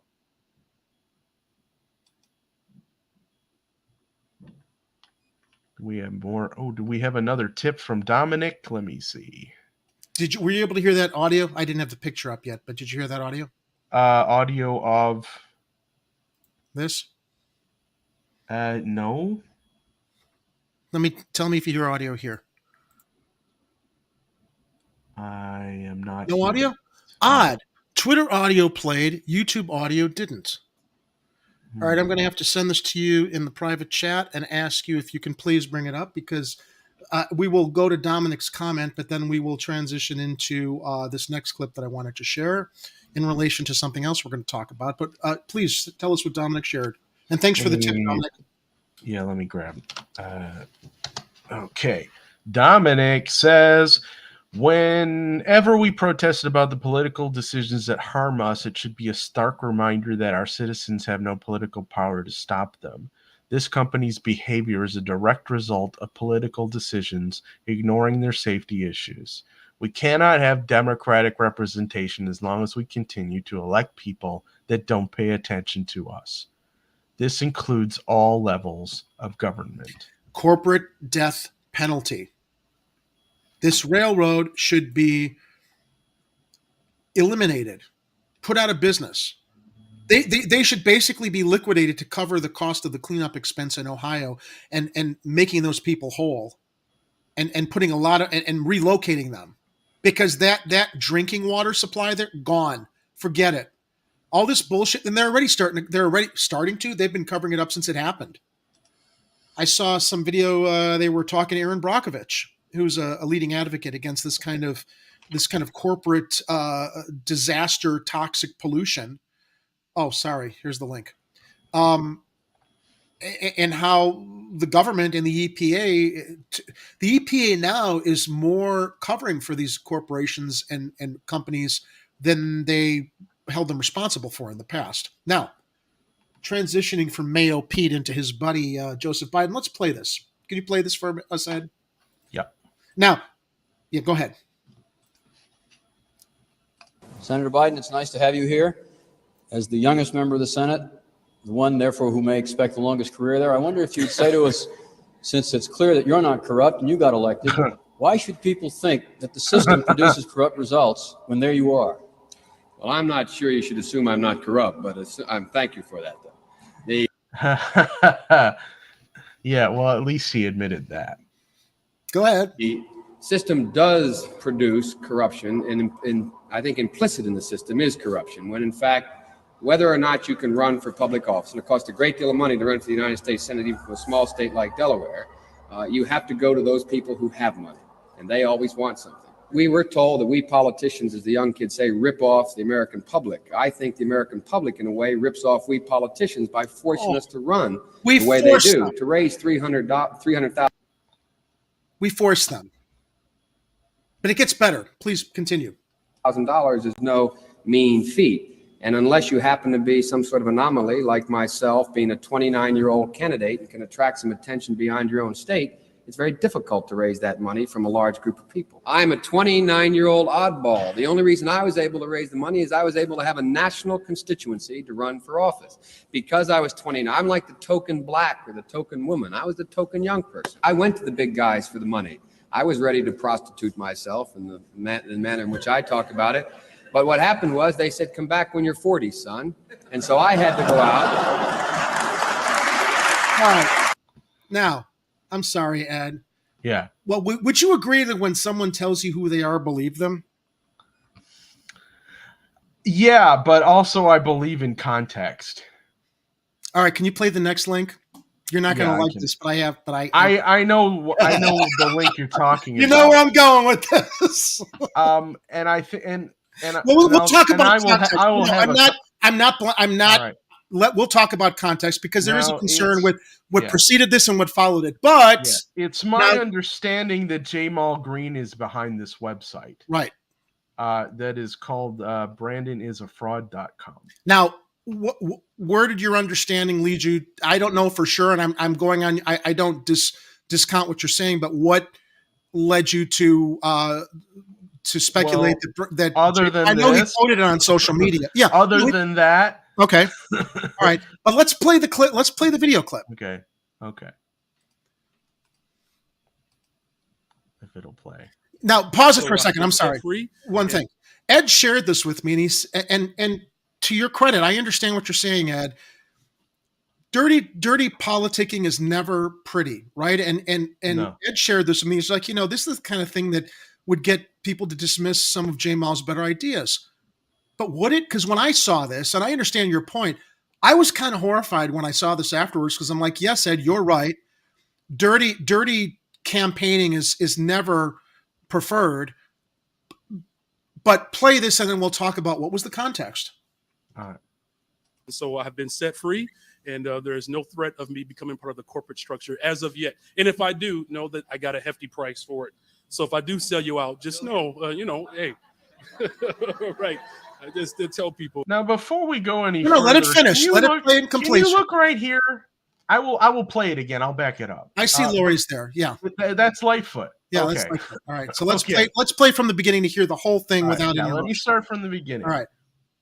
So I have been set free, and there is no threat of me becoming part of the corporate structure as of yet. And if I do, know that I got a hefty price for it. So if I do sell you out, just know, hey, right. I just did tell people that right up, look, my baby got to get to college. I'm just saying.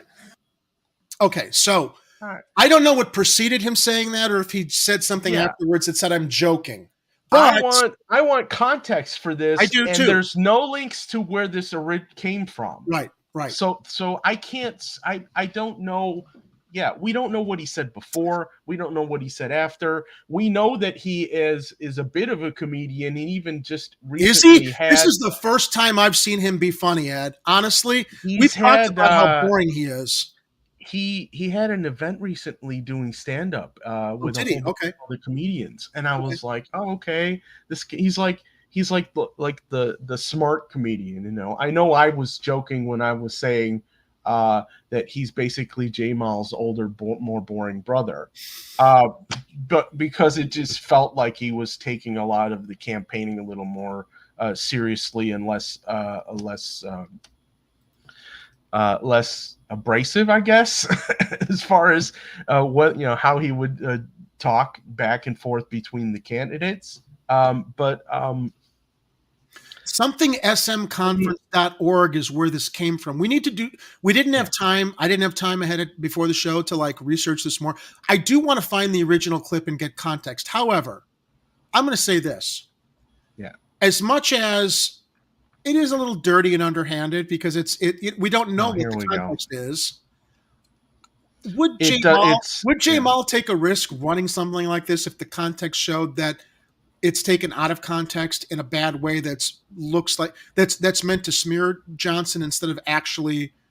And I'm a fan of Jamal. That's why I'm giving benefit of the doubt there. I'm like, I don't like to think he would be so foolish to take a chance of the full video coming out that shared the context if there wasn't something to a younger Brandon Johnson, basically.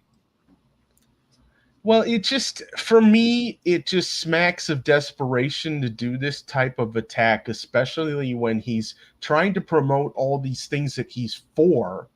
It's like my opinion, Jamal should have focused on those things and worried less about doing any type of attack on his challengers.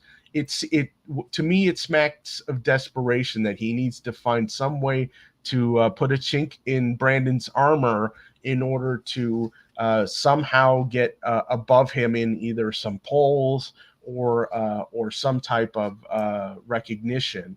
But isn't that your responsibility as a candidate to try to find every weakness or exploit every weakness that you can, hopefully within context? I guess it just depends on how you choose to run a race. I agree with you. I think because I kind of felt that Jamal could have run basically on his platform and just found ways to get more people to hear him and everything. And he's got a much better ground game than he had the last time he ran. Yeah.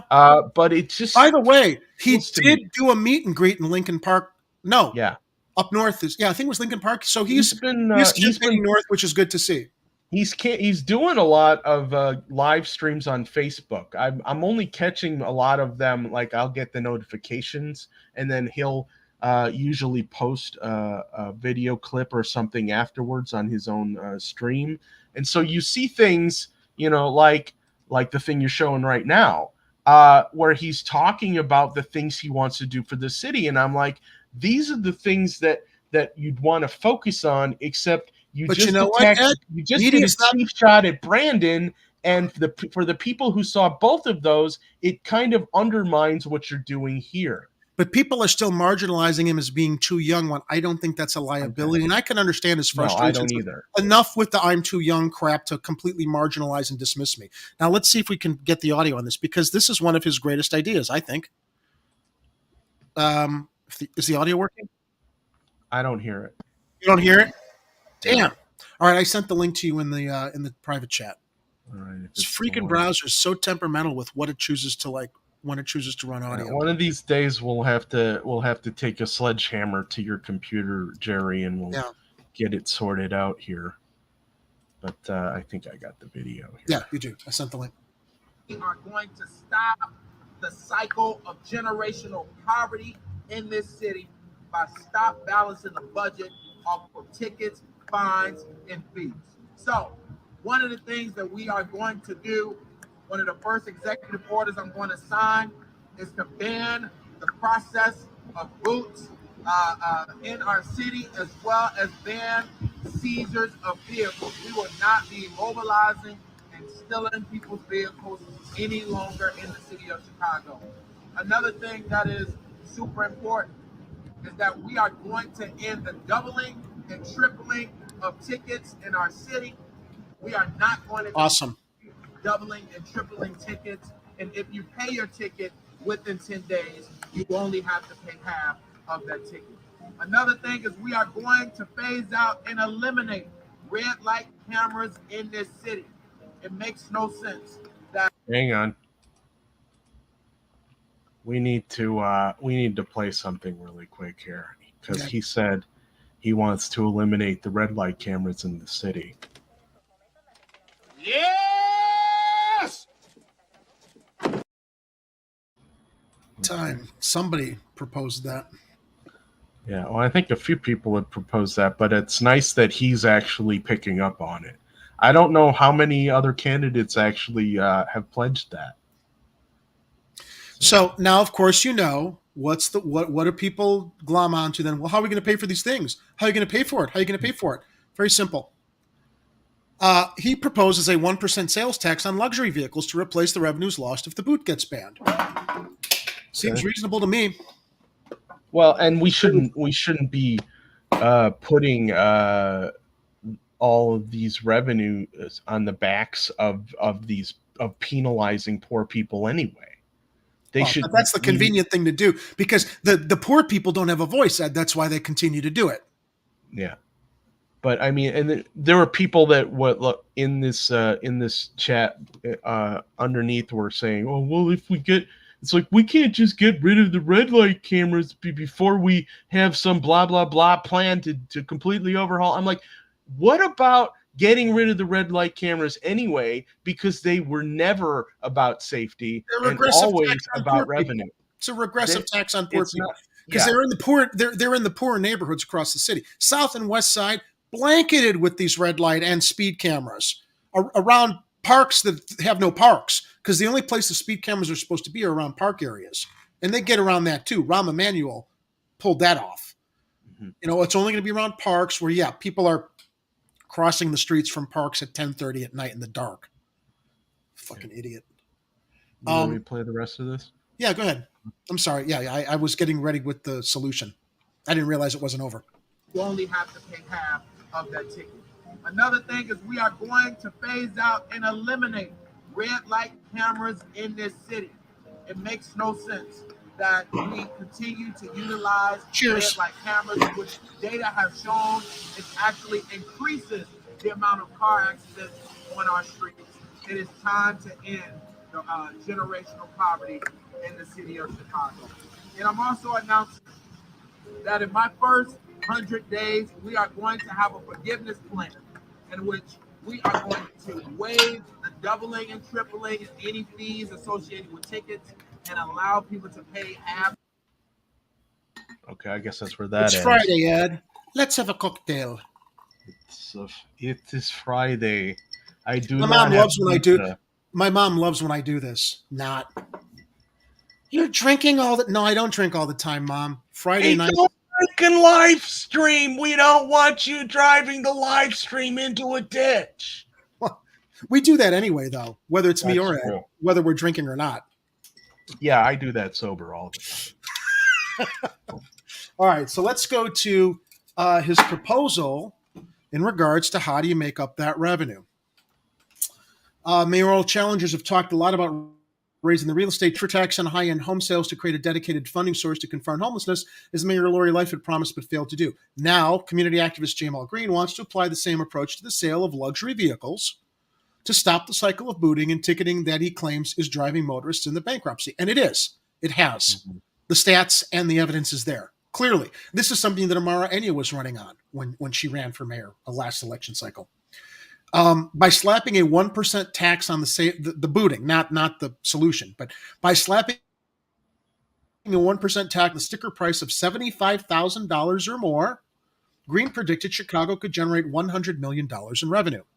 He said that would be more than enough to replace and those people can afford it who can afford a $75,000 or more vehicle. Yeah, honestly though, Jerry, I'm wondering if it's going to be enough vehicles to really make up the difference in the revenue they want. How much revenue were they really making from the boot? That's what I mean. How much money are they trying to make up for a potential loss there? Jay Mall goes on to say that would be more than enough to replace the revenue the city would lose by banning the Denver boot, eliminating red light cameras, and raising the threshold for speed camera tickets from 6 miles per hour over the posted speed of 10 miles per hour. Green drives a Tesla that he acknowledged cost more than $75,000. I would qualify for that tax, and I'll pay it 100%, he told the Chicago Sun-Times. Green's proposal to ban the wheel-locking Denver boot would apply to both city crews and private towing company retailers hired to police their lots for motorists who take parking spaces but don't shop at their stores. Booting is inhumane. I love the fact he uses that word because it's not only inhumane, it's literally a motorist's dignity to lose the sole, their primary means of transportation to get to and from work, get their kids to and from school, get to a grocery store, travel anywhere that public transportation is not easily accessible. It is inhumane, and it's an assault on dignity. It should be illegal. Folks are getting driven into poverty. You double the ticket. There's an extra $100 boot fee. You take the vehicle. Now you have a fee for seizing and storing that vehicle, with just a couple of tickets. You're at $1,000 or $1,500. A lot of people don't have that. They don't have that type of, I wouldn't say a lot of people don't have that type of money. And even those that do cannot afford to waste it on this nonsense of this regressive tax that stealing your property and holding it hostage because of the law that either you shouldn't have broken, okay, or you made a judgment call going into an intersection that maybe it was slick and it's like you've got the short yellows or you just missed something. This is a gotcha tax is what it is everywhere across the city. It increases each and every day to the point where they just say, forget it and file for bankruptcy. It's insane, Green said. And I'm not advocating and condoning that people run red lights and speed. Okay, that's not what I'm advocating for. But these laws that we're supposed to follow the letter of, I don't see Lori Lightfoot's mayoral motorcade following the letter of the law, or Rahm Emanuel's when he had nowhere important to be and they were regularly running red lights. And what was Rahm's excuse? Well, I paid the tickets. Oh, so it wasn't really about safety. Because if it was about safety, you wouldn't have your motorcade running around, going through the speed zones to get you to a basketball game or a public event or a fundraiser. Yeah. So it was about raising revenue. You cocksucker. It should be illegal. It's the liquor talking, Ed. It should be illegal, and we're going to make it so. Yeah, it was totally about the money. I admit it. But you can't catch me, sucker. I'm in Japan. Where's Godzilla when you need him? I take responsibility for what happened because it happened on my watch.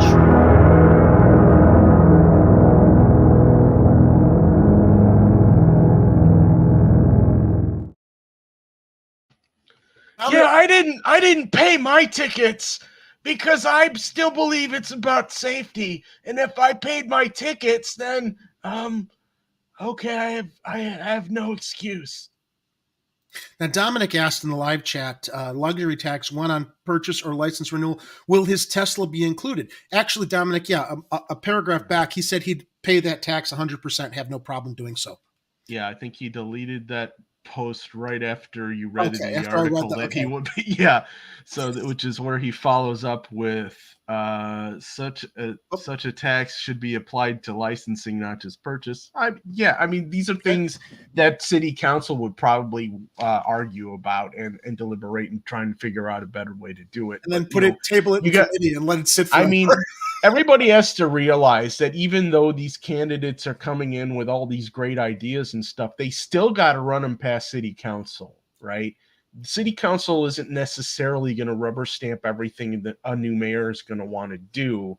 But if they start with the good ideas, there's a better chance of that actually turning into legislation if the mayor makes the right connections, uses their bully pulpit, talks to the alder people, makes them understand what they were trying to accomplish. And if there are people in city council who have like-minded ideas, maybe one of them has a better solution. Maybe they'll be tweaking those ordinances or whatever. But hopefully, if we have enough new blood in city council and we have a new mayor, we'll actually be able to do something. Yeah, absolutely true. Now, Andrew chimes in also, but licensing is at the state level could be applied to the city parking sticker. And Yeah. Verond DB also shares, it's quite true, most people don't have money for a $400 emergency, let Yeah, alone I don't. thousands of dollars in booting. Then you got to go pay to get it at the impound because it's been stored. Yeah, Jerry, I don't even have money for a $20 pizza emergency. And I think it's a $30 Would you believe me when I told you I'm in the same boat right now? And I never imagined I would be. But hopefully freelance work will pick up. I hear you. I look, we have our highs and our lows, ups and downs. And, we're just waiting on the next big score to get ourselves out of there and hopefully, score a little bit, right?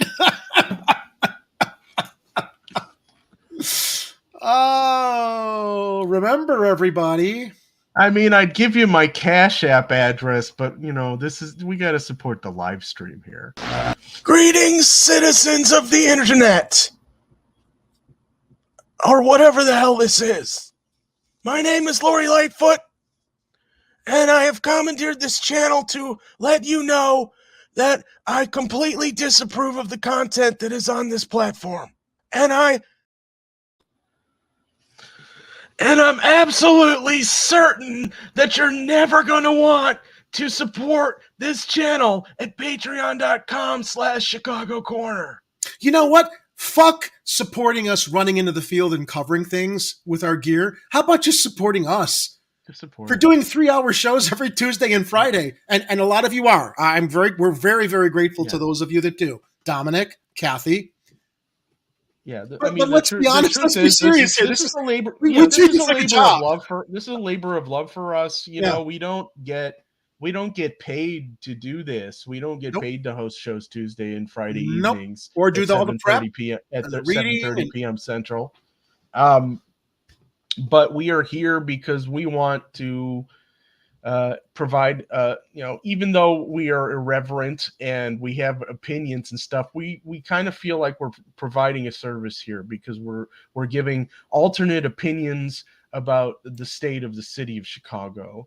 Alternate to the mainstream media narrative that constantly has to bootlick and kiss the ass of people like her to keep their access in place. Yeah, I mean, this without is being this critical is and irreverent. Yeah, I mean, typically, this is analysis that you're not really going to get anywhere else. We're watching the news that we're fed. We're looking at the stories that a lot of you are seeing too, but we're also commenting on those stories and trying to find, where follow the money, who's benefiting from this, who's lying, which parts of this story are total bullshit.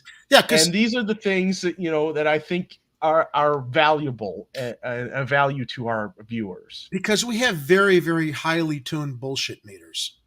So this is not more often than less. This is not cynicism and bitterness or mistrust. This is years of experience seeing other people pander and lie and mislead us to the degree where we can smell the bullshit really clearer now than mainstream media can't because they have to keep it respectable. You know what? This is what is Chicago Corner? It's us sitting around on a Friday night, having a couple drinks. It's like we're at the local bar on the corner. Maybe we've got a slice of pizza. It's us analyzing what we see and read from our gut. Also understanding human nature. Also analyzing the patterns that precede these individuals that we're talking about in politics. So, and also, you know, the trends that routinely are associated with political service here in Chicago. Anyway, how do we? Yeah, where were we? and sometimes it's just about sharing things that fall on our radar. Can I show this, Jerry? Sure. This is Cam Buckner. Okay. And Chris from Chicago, CYBTFS over on Twitter says, "Tell me you've never removed snow without telling me you've never removed snow." And here's Cam Buckner with a big bag of salt. It's like, dude. Tell me you've never removed snow without telling me you've never removed snow. I mean, dude, that's like several driveways worth of salt that you're throwing out in front of that entrance. Do you know what I use? Tell me you've never removed. I get one of those seeders that spread seeds. It's like a little. It's like yeah. I put the calcium like a fertilizer spreader type thing. Yep. The salt calcium pellets, which will go through the rotator more easily. I use that, and it distributes everything evenly. Does the sidewalks. That's if you really want to salt the sidewalk well in the winter, get one of those little push seeders. Yeah, with the halide pellets. Yeah, my building has a snow removal service, and when they actually do come, they have one of those because it makes sense. I mean, they're basically, you know, we move our cars, they plow the drive. Then the guy runs past there with one of those spreaders, and then it's a hell of a lot faster than trying to just spread salt all over the place by hand. So, yeah. Oh, well, this is very kind, Dominic. Dominic is working on an idea to increase viewership using Twitter or possibly other platforms. You know, it's not that we haven't thought about that, Dominic. Social media is really, really important. I operate our Twitter feed, and Ed contributes to the Facebook. I contribute to the Facebook. It's Twitter and Facebook and Instagram. Sometimes I do not know TikTok. And that requires like somebody who knows social media coordination to know how to like take clips from the show and get maximum bang for your buck. If you're going to throw little, you know, bombs on TikTok that are like really great moments, or, you know, one sentence things that are like, oh, that's funny, to get people curious about our show. And that just has to do with like not having enough resources or labor here, Dominic. Yeah, I mean, you know, I got a full-time job. Otherwise, I'd be scrolling through our old videos and trying to find choice clips and stuff. But it's just, you know, I'm an editor also, along with being a director and a host here. So I like editing, but it's like I'm juggling too many things to do the same thing. Go through all those videos. It'd be nice if we had a dedicated editor, which, you know, does require having a budget. And I'm not, you know. That just is what it is, because there's a lot of archival. I download every show we do. I think we've done now over probably 900 hours of shows, 900 hours of programming here, probably more in the 2 years we've been doing this. And there's a lot of fun stuff and nuggets to mine from that stuff. Why is he there? Get out of there, Paul. But yeah, we need a social media coordinator, also someone who knows TikTok to navigate that. But Dominic, I'm not saying no to whatever your idea is. We're grateful and we welcome it. And, you know, email me and let me know how we can help. A lot of it just has to do with like what time we do have beyond we're almost on our third hour here now, almost on our third hour, plus like an hour or two of show prep ahead of time, going through stories. So, you know, maybe 12 hours a week is dedicated to our two shows. We don't want to spend too much time on this, but sharing how the sausage is made, as Ed likes to put it. Mm-hmm. You know, 12 hours a week to this show while juggling the other. I spent all day today down at University of Illinois, Chicago, attending a medical trade show where I was looking for potential buyers for my product through the University of Illinois Health System, which is great. It was up at 6:30 in the morning. And I've really, abdicated my responsibility to my business, looking for new places to market that because I've been taking freelance editing jobs on the side while we're doing Chicago Corner. So I have to figure out how to basically balance my time a little bit better. So I'm not, punishing myself by not budgeting the time to do what I need to do to help market and sell my product to generate more revenue. Anyway, let's get back to Green's idea regarding the new revenue streams after eliminating the boot and the red light cameras. Innovative Parking Solutions, a private booting company that's been lathered by the city council within campaign contributions, has been trying to get the go-ahead to expand its operations from 34 wards to all 50. If Green has his way, the company that hired former Alderman Joe Moore of the 49th as its chief lobbyist, Joe knew where to find the money after he left public service, or the public trough as the Alderman of the 49th. Alderman Joe Moore, as its chief lobbyist, would be forced to cease operations in Chicago. How then would retailers keep their parking spaces open and available for customers?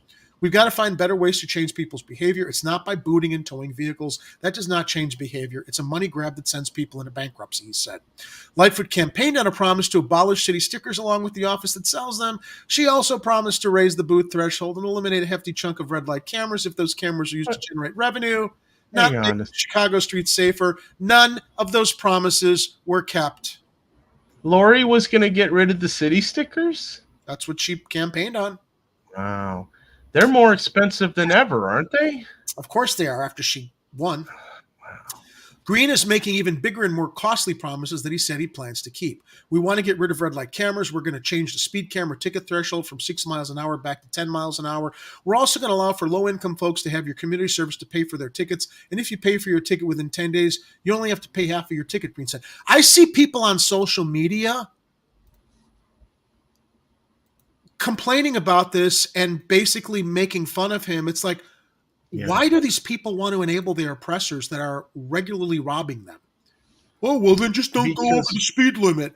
Well, they're these people who they never do any wrong. Of course, they always bow to authority. All their leaders and their team can do no wrong, and everybody else who breaks the rules or can't abide by the things that clearly they find to be really easy is the problem. They must be punished. They must suffer. It's this bootstrap mentality that just kind of it leaches out into the authoritarianism. It's like these people, they just want to. They're like, well, I can follow the rules. Why can't you follow the rules? Yeah. Well, who wrote the rules? Right? It's arrogance, Ed. And just because they're laws doesn't make them right. They're just laws.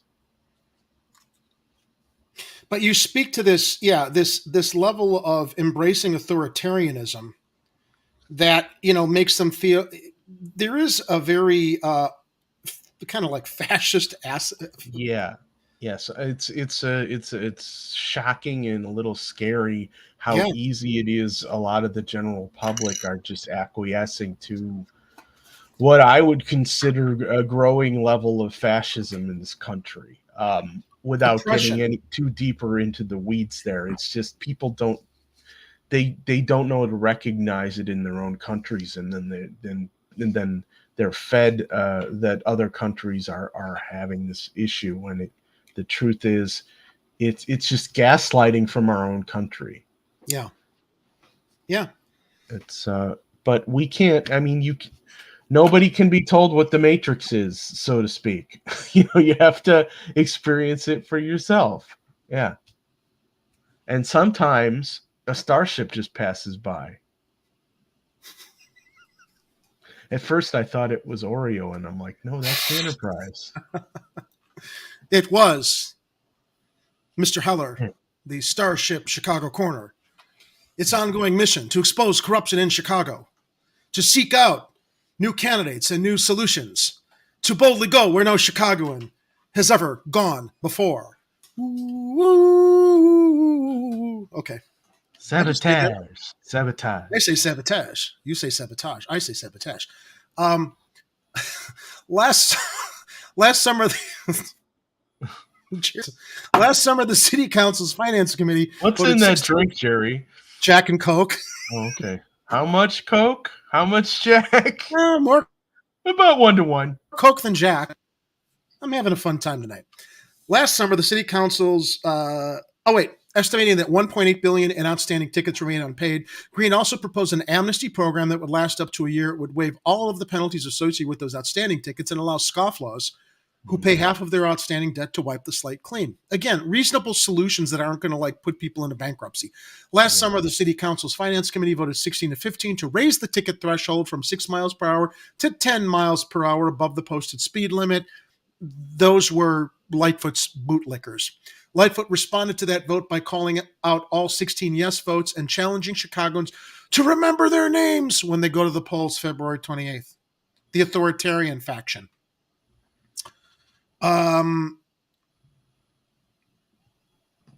She also argued for the first time that raising the threshold would blow a $30 million hole in her pre-election budget and create a $40 million deficit the next year. We can't be raising the threshold. The only thing we raise in this city are bridges. Oh, crap. I've said too much. Anyway, we get the look. I like his ideas. But I do want to get some context for that video that he shared of Brandon.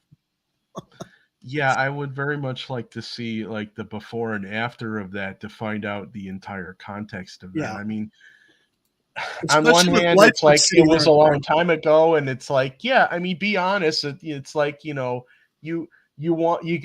he's got a family to worry about financially. Who doesn't right now? Yeah, but that doesn't mean you make a joke about selling out. No, I mean, I just don't. I mean, I understood. We know Joe Biden comparison. was sincere in what he said in that other clip. I understood the comparison of the two different clips between Biden and Brandon, but the reality is Biden was a career moneyed politician. I don't know if Brandon so much was.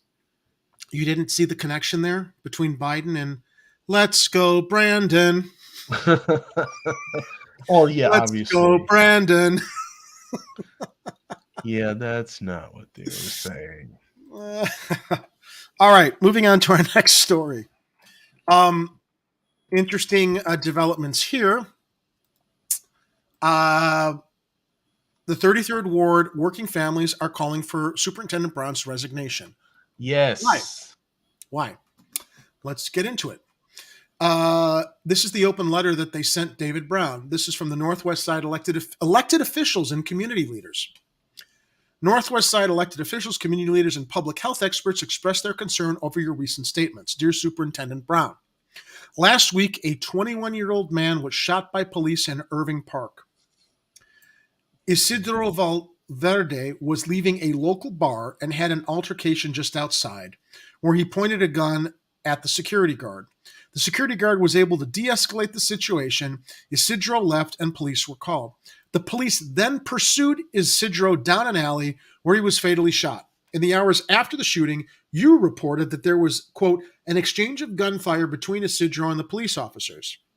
However, COPA, the agency charged with investigating police-involved shootings, has since released a statement saying that it has not, in fact, been determined that Valverde shot at police. What was shown in the footage from the body cameras is that Isidro was on the ground and attempting to get up when he was shot multiple times. Mm-hmm. Why don't we trust the police department here in Chicago? Thank Christ for the body cams that are actually that COPA can use to basically expose the fact that they are lying and covering themselves because they all think they're fucking dirty. Judge Dredd. Judge Dredd, yeah. As reported by CBS, this raises serious questions about the validity. Oh, but he was bad. He had a gun. So no, it wasn't okay. The police are there to apprehend, not shoot somebody on the street like a rabbit the way Willie Wilson was advocating. Yeah, they're not executioners. But isn't it interesting, Ed? A lot of Chicagoans think that's what cops are supposed to be. They've been brainwashed and gaslit into, well, bad people, police shoot bad people, it's okay. If you did this, you deserve that.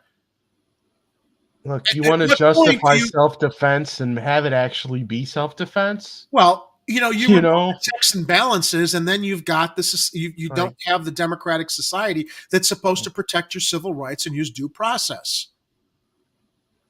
I mean, clearly, in Uvalde, you could throw due process aside because that gunman had killed students and was threatening other students. That's the point where the cops, yeah, fine, escalate, go in and gun the motherfucker down.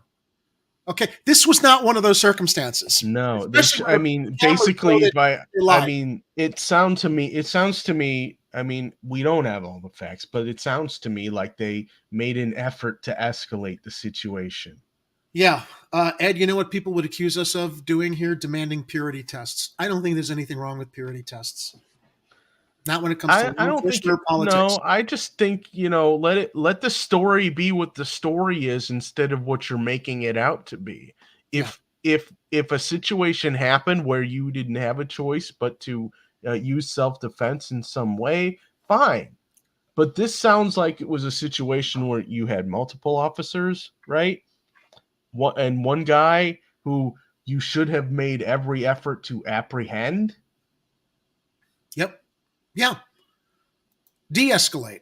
Because the security guard de-escalated it and the guy walked off. Yeah. So if they're going to apprehend him, don't force him to the ground as the body cam showed and then shoot him. Now, this raises, as reported by CBS, and there are links in this article too, to all of the evidence pointing to what this group is referencing. This raises serious questions about the validity of your Superintendent Brown's statements. COPA is continuing the investigation. It's probably in the links there on DB. I don't know if they've released the footage yet. Okay. But that obviously would be something that's hopefully some reporter is running a Freedom of Information Act report on. But and then usually I think the policy is 60 days before they can release it in Chicago. Yeah, because they need 60 days to doctor the video or figure out a way to creatively edit it. Yeah. Because it's challenging if you need to creatively edit something to create evidence to absolve yourself of something, and make it look like it's legit. Yeah. All right. COPA is, as reported by CBS, this raises serious questions about the validity of Brown's statements. COPA is continuing the investigation, working to take statements and look for additional footage. Their investigation is ongoing. Sadly, this has become a pattern. This incident mirrors a 2021 incident where you also claimed that shots were fired at officers only to later be disproven by video surveillance. This is a continuing pattern with Superintendent Brown. In the aftermath of incidents like this, when communities are already struggling to make sense of the violence, it is unconscionable to intentionally spread misinformation before an investigation is complete. But yeah, it is unconscionable, but Brown doesn't care about it being unconscionable. He's trying to throw red meat to everyone who's like, oh, bad man, cops shot him, that's okay. That's what Brown is doing. Brown is engaging in the gaslighting of those that embrace the authoritarianism that the Chicago Police Department, under the Fraternal Order of Police, wishes to continue engaging in here in Chicago. We're not against law enforcement.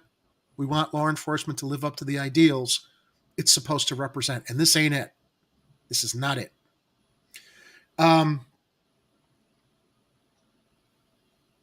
It is unconscionable to intentionally spread misinformation before an investigation is complete and use the tragedy for political gain. When we have a violent incident in the community that involves loss of life, regardless of how it happened, that's the other thing too, Ed. They dehumanize the perp. Nobody's condoning what he did. No one's condoning that he had a gun. Nobody's condoning that he pointed the gun at the security guard who was able to de-escalate it so the guy moved on until the police could supposedly apprehend him, analyze it properly. No, they just decided to shoot him. We understand the importance of care and support. Loss of life causes a ripple effect in families and communities that can create destabilization. These are the larger ideas nobody wants to spend the time on actually considering. can create destabilization and lead to more harm and violence. Your unsubstantiated statement not only threatens the credibility of police, which is already in a precarious state, it also creates a hostile environment for the family of the person lost and anyone trying to provide critical support to his loved ones and to interrupt cycles of violence. Now, again, oh, but he had a gun, so he deserved to get shot. No, he didn't. No, he shouldn't have had a gun. But this is not how it should have been resolved. Because he was not threatening the police. They went after him, Ed, and on the report that he was carrying a gun, they decided they were going to play it better safe than sorry, is what they did. That's what I'm assuming. And also, if he had a license for the gun. I don't know that either, yeah. We don't know. I know Chicago has different laws than other areas of the state or the country. And we have concealed carry. We have concealed carry allowance. Do we? Okay. So, obviously, they should have made every effort to arrest him for brandishing a weapon. Yeah. But they shot him down like a rabbit. We don't know the details because we don't have the footage yet. We just have the initial reports from what the police said and what Cope was reporting, and then we have the working family statement. And when the footage comes out, the bridges will be raised again. Now, I love this next paragraph. They must be watching our show. We know that violence and crime are the result of many complex realities that stem from poverty, systemic racism, segregation, and lack of investment and opportunities. We talk constantly about all that is needed in order to prevent violence in our communities, and when a situation like this happens, we are left to our own devices without proper resources to provide care and support through fundraisers and volunteer work. But now, because of your reckless words and finger pointing, we also have to justify why we help people grieving a painful loss. This reckless attempt to preemptively shape an institutional narrative violates the public trust and further inflames tensions. This latest incident merely refreshes and sharpens the conclusion that the Chicago Police Department, under your leadership, has squandered the public's trust and points to one inescapable conclusion. You cannot be trusted to be honest with the people of the city, which makes you unfit to be the leader of the city's law enforcement agency. Therefore, Superintendent Brown, we stand together in calling for your immediate resignation and a recall of that portrait, that photo portrait that he uses to look like he's got any level of professional ethics, as he does what they're accusing him of doing, which I think that's exactly what he's doing. We call for your resignation in the hopes that we can move forward with open and honest communication with each other about how to solve the violence in our communities.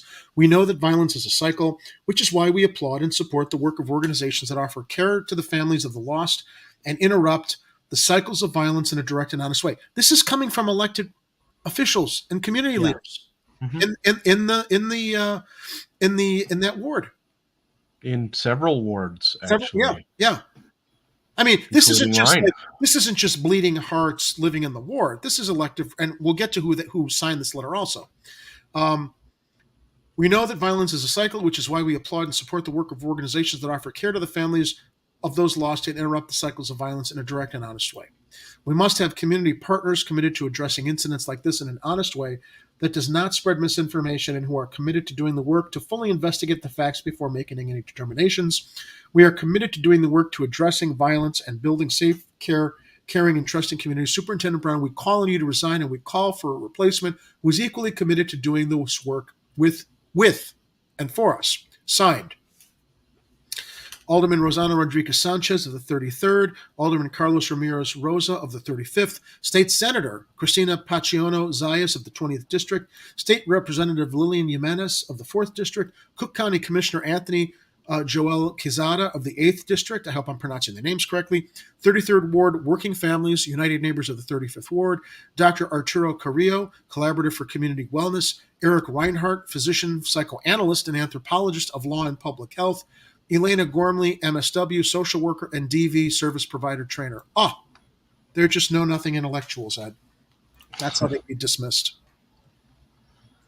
Now, I mean, the letter's perfect, though. Yeah, it says everything that needed to say. Yeah, and it doesn't dumb it down, and it's not gaslighting anybody. It just tells it how it is. States the facts, and here's why. As we transition into our next related story that is loading.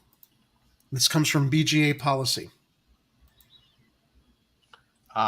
Chicago Police Department priorities. We mentioned this with Jim in our earlier interview. Foot patrols? No. CPD's got to put that money into outstaffing New York City, LA on communications and public relations. Chicago's spending on in-house public relations and communication staff has increased dramatically over the past decade. A Better Government Association policy team analysis of budget and timesheet data found a 12-fold growth in the Chicago Police Department's communications division is one of the key factors in the dramatic cost increase for city PR. Mayor Richard M. Daley's final budget for the city of Chicago for 2011 included 102 full-time positions for public relations and communications professionals in an expansion launched by Mayor Rahm Fuckface Emanuel. With employment levels maintained under Mayor Lori Lightfoot, the city has increased its PR staff by 66 positions, nearly all of them within the Chicago Police Department. The CPD has grown from 4 full-time communication staff members to 48. A 1,200% growth over 11 years. Mayor Lightfoot's most recent budget proposal, released October 3rd, calls for adding 2 more public relations positions to the police department. That must have been because of how they mucked up handling Anjanette Young's story. They dropped the ball there. We have to hire some more PR people to cover. Compared with its peer cities, Chicago spends a considerably higher portion of its overall budget on public relations salaries. Budget and salary databases showed. You could probably reduce a lot of the settlements paid out for police misconduct if you stopped worrying about spinning the PR and actually maybe reforming the attitudes and the culture within the police department. Yes, Madame Mayor, you have more PR. We need more. Hire more PR. What does PR stand for again? Veron DB, thank you. As always, if the video was defensible, the cops would have released it immediately. I'm willing to speculate they got the guy down and he objected to being on the cold, wet ground. Shots fired. Yep. Or they pushed him down and they were hoping that one of their cop buddies yells, "He's got a gun! He's got a gun!" that suddenly miraculously shows up later.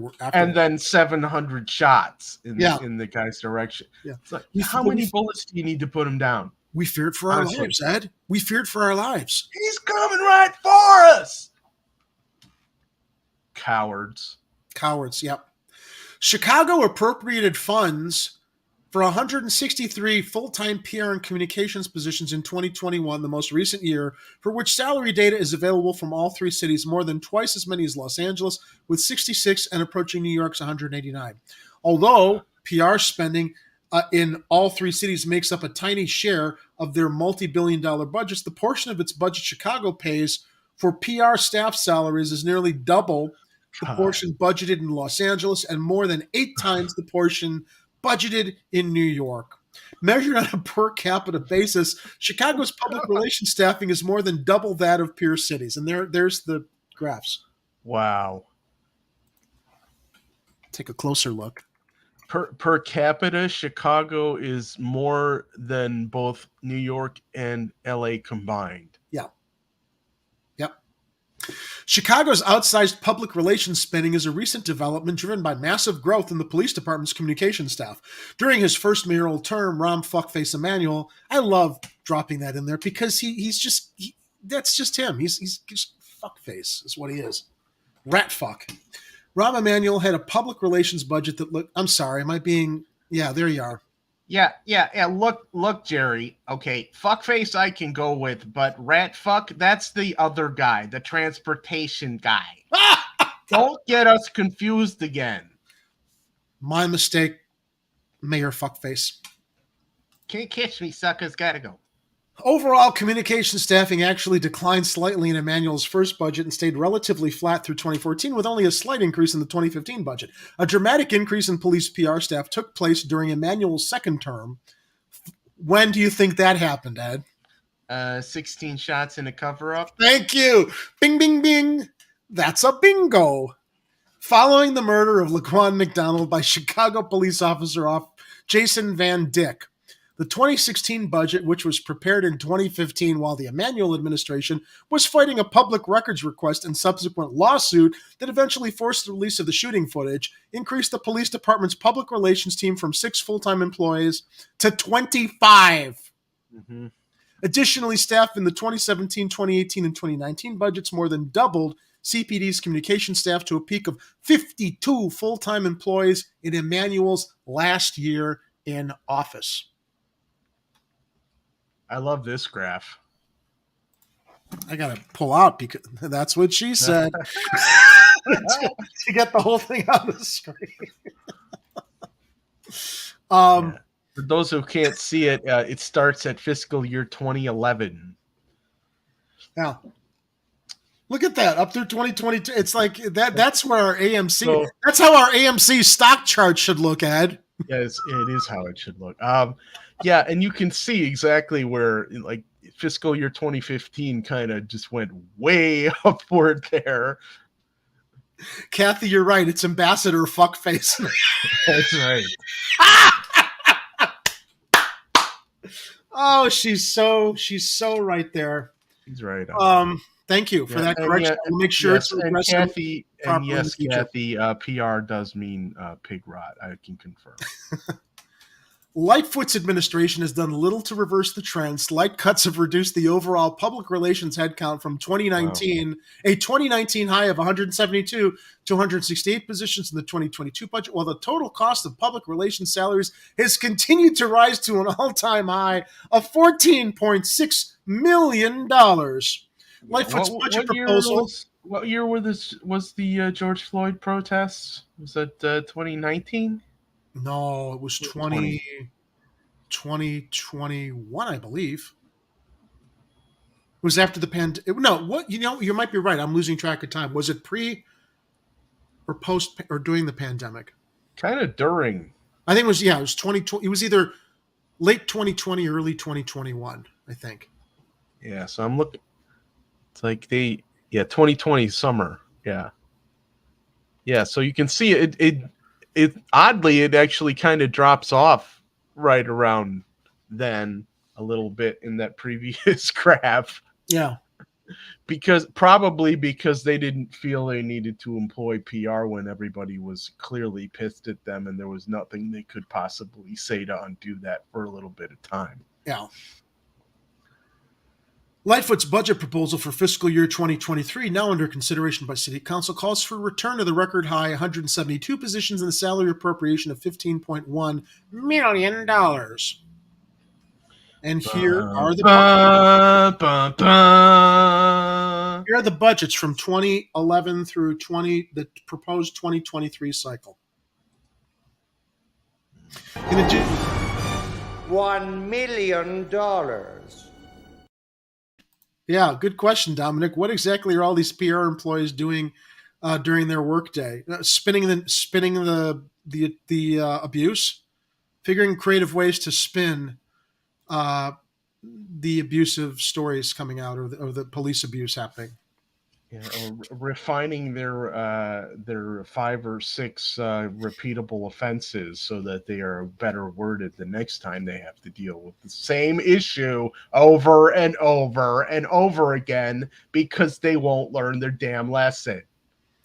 Learn it? They don't need to learn it. They don't want to learn it. Yeah. True. In addition to the departmental staff reflected in the city budget, the administration also partners with the city's dedicated tourism and business attraction agencies, Choose Chicago and World Business Chicago, with sister agencies such as the Chicago Park District, where all those sexual abuse scandals happened, remember? That was a lot to spin, wash, cycle, and repeat. And Chicago Public Schools, which has also had an unfortunate cycle of sexual abuse scandals, all of which have their own communication staffs and budgets. In Lightfoot's 2022 budget, CPD and the mayor's office house more than a third of the city's full-time public relations and communications position, a proportion that would not change under the 2023 proposals. That's the 2022 budget. Look at this is CPD, guys. Is that an erection or what? The clerk. Who gets the least amount of PR? DSS. What does DSS stand for? PSAs. You don't want to use public. You don't want to promote your public service announcement budget. What else? Streets and sanitation. Is that what DSS is? Streets and Sanitation. Department of Streets and Sanitation. Okay. Well, I can kind of understand that. What do you need to spin there? Our garbage trucks are better than any other city's garbage trucks. Here, look at Chicago Fire Department. For all the good that the Chicago Fire Department does, why would you want to promote that? Why wouldn't you want to promote that? It's not because this is. You know what this is? You know what this 48% erection is? It's damage control. Yeah, that's what that is. That's damage control. That's what they have to prioritize because they can't reform the corrupt and rancid culture within the department to select better candidates as officers and reform the system that's in place that basically, I think, gaslights police officers into thinking that anybody they're policing is the enemy, as opposed to I want to bridge with the community. I want to bridge with the community and work alongside the community. Yeah, I wonder how much of that PR is like propaganda type stuff. Like, remember when they used to send police to the schools, officer friendly? Yeah, and as I'm saying this, I don't know. As I'm saying this, Ed, I recall an incident last year where I got pulled over in my neighborhood by two officers because I think my city sticker had expired, and I didn't know because they don't send you notifications anymore to tell you. Hey, they do now because a lot of people complained that they weren't getting them last time. Because it's easier to ticket vehicles of people that don't remember that their stickers are due because they didn't get a reminder because they're not always going out to the back of their car and looking at the sticker on the plate all the time. But and also the city wants to hit you with those. Of course they do. But I will say, the two officers who pulled me, and it was a 5-minute stop. 5-8 minutes in my alley of all places. They were very civil and very polite and very social, and I appreciated that. Mm-hmm. I wasn't on edge or worried because I was like, why are they pulling me over? I didn't know my city sticker was expired. I had no reason to be afraid, and also I'm white, which is why I also didn't. And they were very polite to me. Now, I'm not saying that those officers would treat a person of color any differently than they treated me. What I'm saying is I know that they might, but there are good officers out there. That's what I'm trying to get to, okay? I was treated with respect and courtesy by two officers in my neighborhood, so I don't want to broad stroke here and make people think I'm gunning for the cops because I'm not. Again, this all goes to like holding them to a higher standard of the responsibility and the privilege of serving without looking at us and anybody else on the street as a threat to their lives, and that's all they look at people as, which I think contributes to this escalatory attitudes of getting into situations like we reported in that last story where, adrenaline was high. They got the guy on the ground. They shot him. It's not. Yeah, it's not a good situation. No. We got a Rockfin comment from Dominic. Thank you, Dominic. $2. Thank you, Dominic. He says, police behavior is a direct result of those that pay your police department administration and its officers. This is why police reform must begin by replacing those that use your tax dollars to employ them. These police department council members are just a distraction from what needs to be done. Yep. Sure enough. And he also shared over here, we need to have reporters following some of them around to see how they're spending our tax dollars. Good point. Good point. The sharp increase in public relations staff begun under our manual and preserved by Lightfoot's budgets has been almost entirely driven by growth in police department positions. Other city agencies largely have maintained steady staffing levels for a decade or in some cases reduced staffing. Look, I think we've made our point here. This is a long article that goes into more details. It's linked in our show notes below. I think you get the point as far as it relates to the context of why the 33rd Ward working families are calling for Brown's resignation. This is, completely related and correlated with why. They're more interested in optics and doing damage control than actually reforming the culture in the department and also waiting for all the evidence to come in and resisting this temptation to spin things to make it appear that this perp that the police apprehended had it coming to him. That's what I thought was an interesting correlation here. We're going to 1046. How you doing, buddy? I'm hanging in there. All right, we're almost to the end here. I'll try to make these short. All right.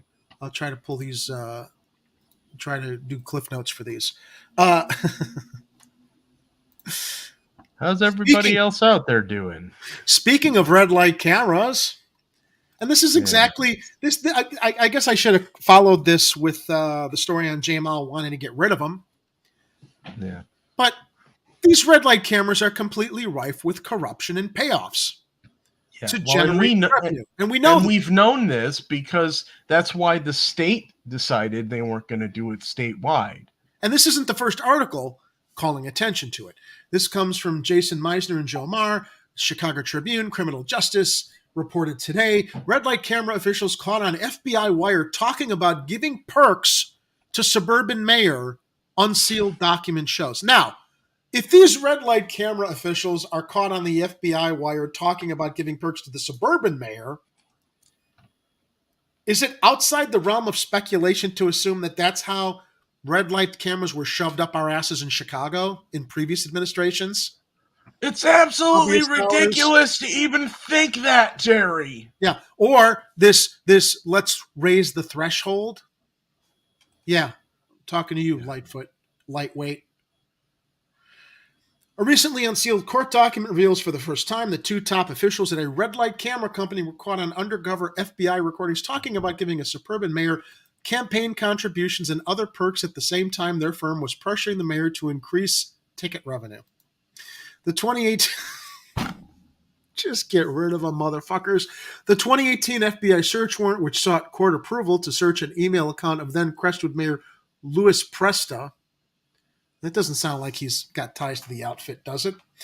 Was part of the broad years-long investigation into corruption surrounding red light cameras operated by SafeSpeed LLC, a probe that has netted charges against more than half a dozen public officials, businessmen, and political operatives. Prosecutors have built much of their case on Omar Mani, one of SafeSpeed's founders and biggest rainmakers, who turned informant in early 2018 and made unanticipated in FBI stings, where he handed over envelopes of purported cash bribes to Presta and others on the take. Do we have any pictures of these? Here we go. So here's the co-owner of SafeSpeed. Here's Omar, who routinely paid. Now he's going to enjoy immunity by rolling over because they caught him on a federal wiretap. Anyway, I don't need to go into more detail here other than, Nikki Zolar, president of SafeSpeed. Here's another one of the corrupt SafeSpeed officials that knew. This is just, look, where there's smoke, there's fire, right? Is that what they like to say? How they've rammed these programs through, it generates revenue for the city and it generates revenue for the camera companies and all of the vendors that are doing the three levels of vetting the ticket before they issue the citations to people, which is bullshit. Because as I've shared in the past, Illinois and city municipal codes say they're supposed to identify the make of your vehicle. And you could do that with a cursory check with the Secretary of State. Put that on the ticket before you issue it. They don't do it because they're too fucking lazy. So enough with this bullshit that, three eyes look at every ticket that's issued. No, they don't, or they don't care to follow the letter of the law because it's quicker and it's more expedient to just issue the tickets to collect the revenue. with any that was kind of just like an extra added bonus to the story that we shared earlier of why I'm really glad to hear that Jamal Green is talking about banning all of these regressive revenue schemes, and they are schemes, to continue to pick everybody's pocket here in Chicago. All right. I thought this was funny only in so much as I think it's another nail in Lightfoot's coffin as far as her reelection bid goes. Yep, the Bears have bought Arlington Park. So I would say that's a pretty good hint and a half for her ass that she's not getting them back. And, you know, where she figures NASCAR and a casino are going to save her ass, no. Chicago's not going to forget that the Bears bailed out of Chicago under her watch. Lots happened since news of the Bears' potential departure from Soldier Field first came out. This was updated yesterday. The Chicago Bears revealed a big update that further signals their move out of Chicago and into Arlington Heights this week. But for fans who haven't been watching too closely, a lot has happened since the news of their potential departure from Soldier Field first came out. What happened when February 20, owners of Arlington International Racecourse announced intent to sell the property. Where are the pictures with this article? I don't want to just have fucking ads. Okay, I'm going to take this off and just quickly read highlights from this article. We know what happened before. Let's get to what happened this week. Yeah. So I'm scrolling down the page. January 2023. February 15th. Here we go. Bears close on sale of Arlington Park property. The Chicago Bears take another significant step towards a potential. How is this not the final step? If you're closing on the sale, what are they going to do with that property if they don't move there? It's hard to say, but I mean, just closing, the sale on the actual purchase of the property doesn't necessarily mean they know exactly what they're doing with it yet. But, well, they know what their intention is. Why would you close Sure. if you didn't have the intention to follow through? We took another step towards realizing that vision by closing on the Arlington property. The Bears essentially, look, we're on our way, so deal with it. And these things take time to stuff. The team cautioned that the purchase does not. Well, okay, now they're backpedaling here. Is this, Ed? Is this all just bluff? All bluffing? Look, if they can afford to on this purchase, why can't they afford whatever's needed to stay at Soldier Field that they want to squeeze out of taxpayers? No one knows what's in the mind of Virginia McCaskey.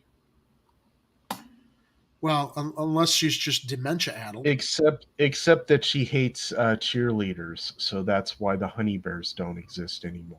Well, I can imagine why an old crone like Virginia McCaskey would not appreciate the lovely curves and energy of the youthful Honey Bears. God, that sucks. She's really that empty of a cheerleading squad. So you know more on this? Did she's been public? It's been a long time since she made a comment on that, but I think it was something about how she didn't think it was good taste for us to have cheerleaders. I see. I mean, look. I wonder how she married into the McCaskey family. I'm sure at one time she was like a little hottie that figured out how to like shake her ass to get the attention from Wait, is she a daughter of? No, if she's a McCaskey. Well, she was Hallis's wife, right? I think she was George. Okay, so she married Hallis. Right. So she died, inherited it all. Hallis owned if I remember correctly. Yeah. I mean, all right, somebody who knows Bears history better than I do can correct me on that. And I know nothing about it or football or the fact that they didn't even have cheerleaders anymore because I don't watch football. But yeah, I mean, okay. It was one of those things I noticed early on in my fandom of Bears football. I was like, Dallas has cheerleaders. Why don't the Bears have cheerleaders? Well, I remember them back during 6 was Super Bowl 20, was it? Yeah.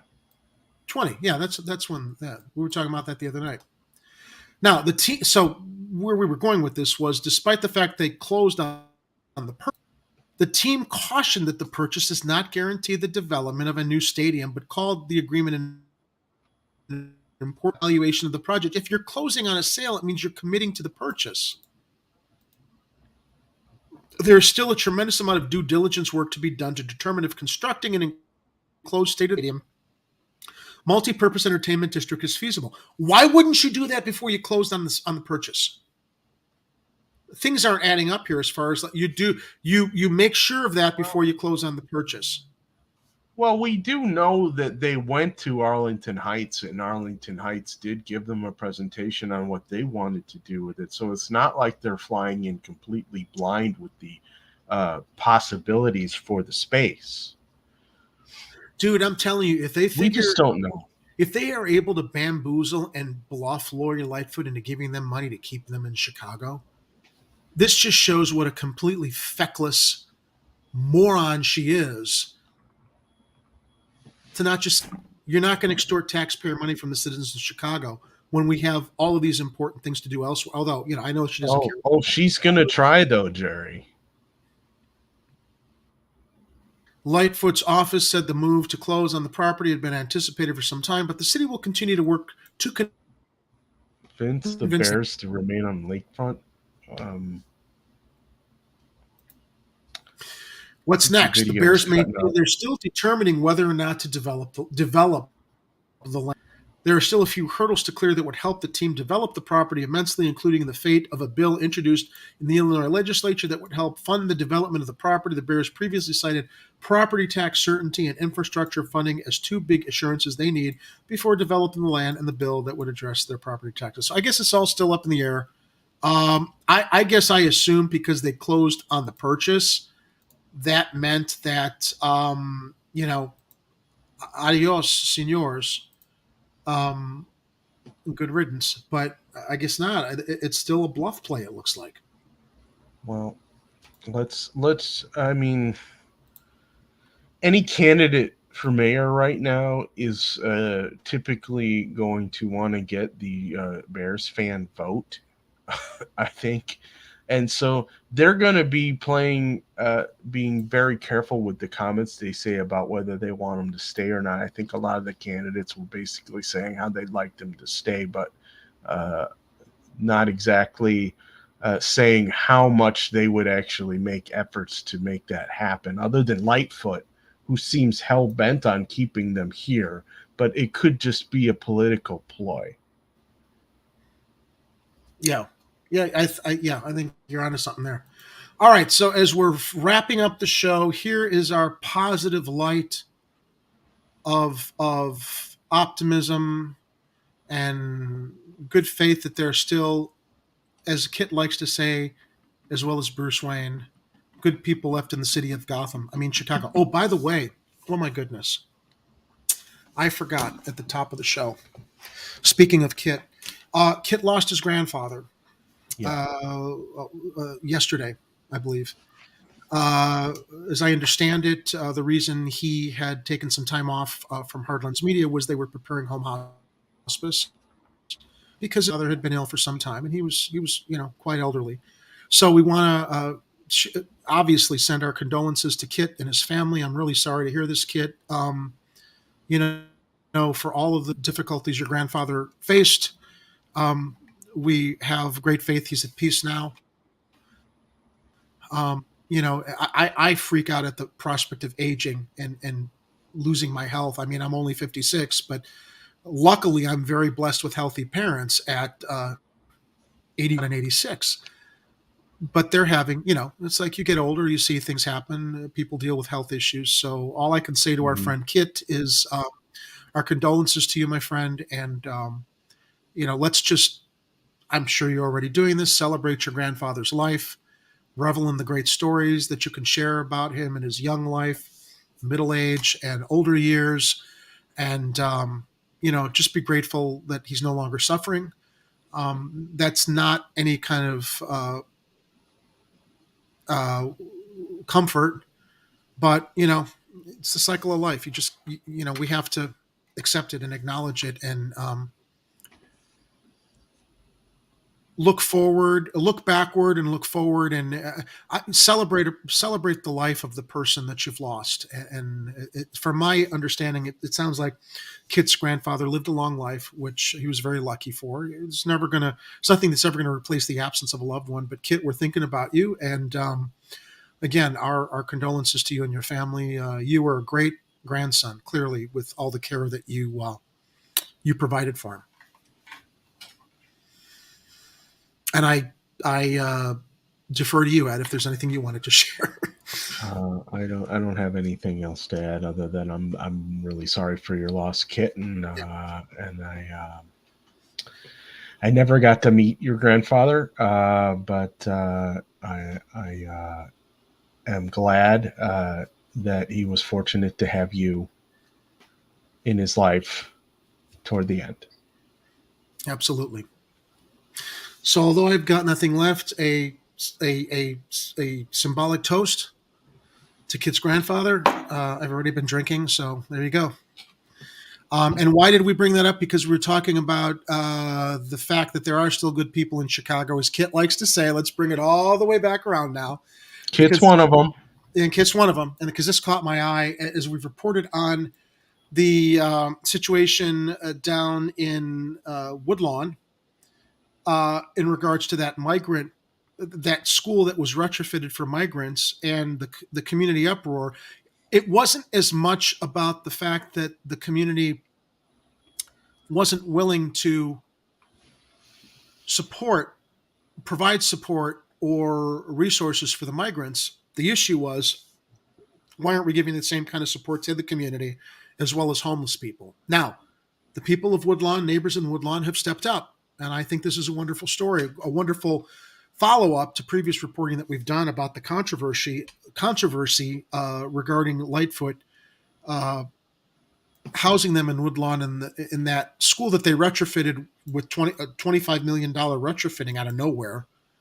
That still surprises me. It's like, when did Abbott ship the migrants to Chicago? December? Something like that. And then suddenly they have this school retrofitted at the cost of $25 million. Fine, great. Wish we had that $25 million that we could toss in really quickly to get people under bridges and in tents, some shelter as well. But I digress.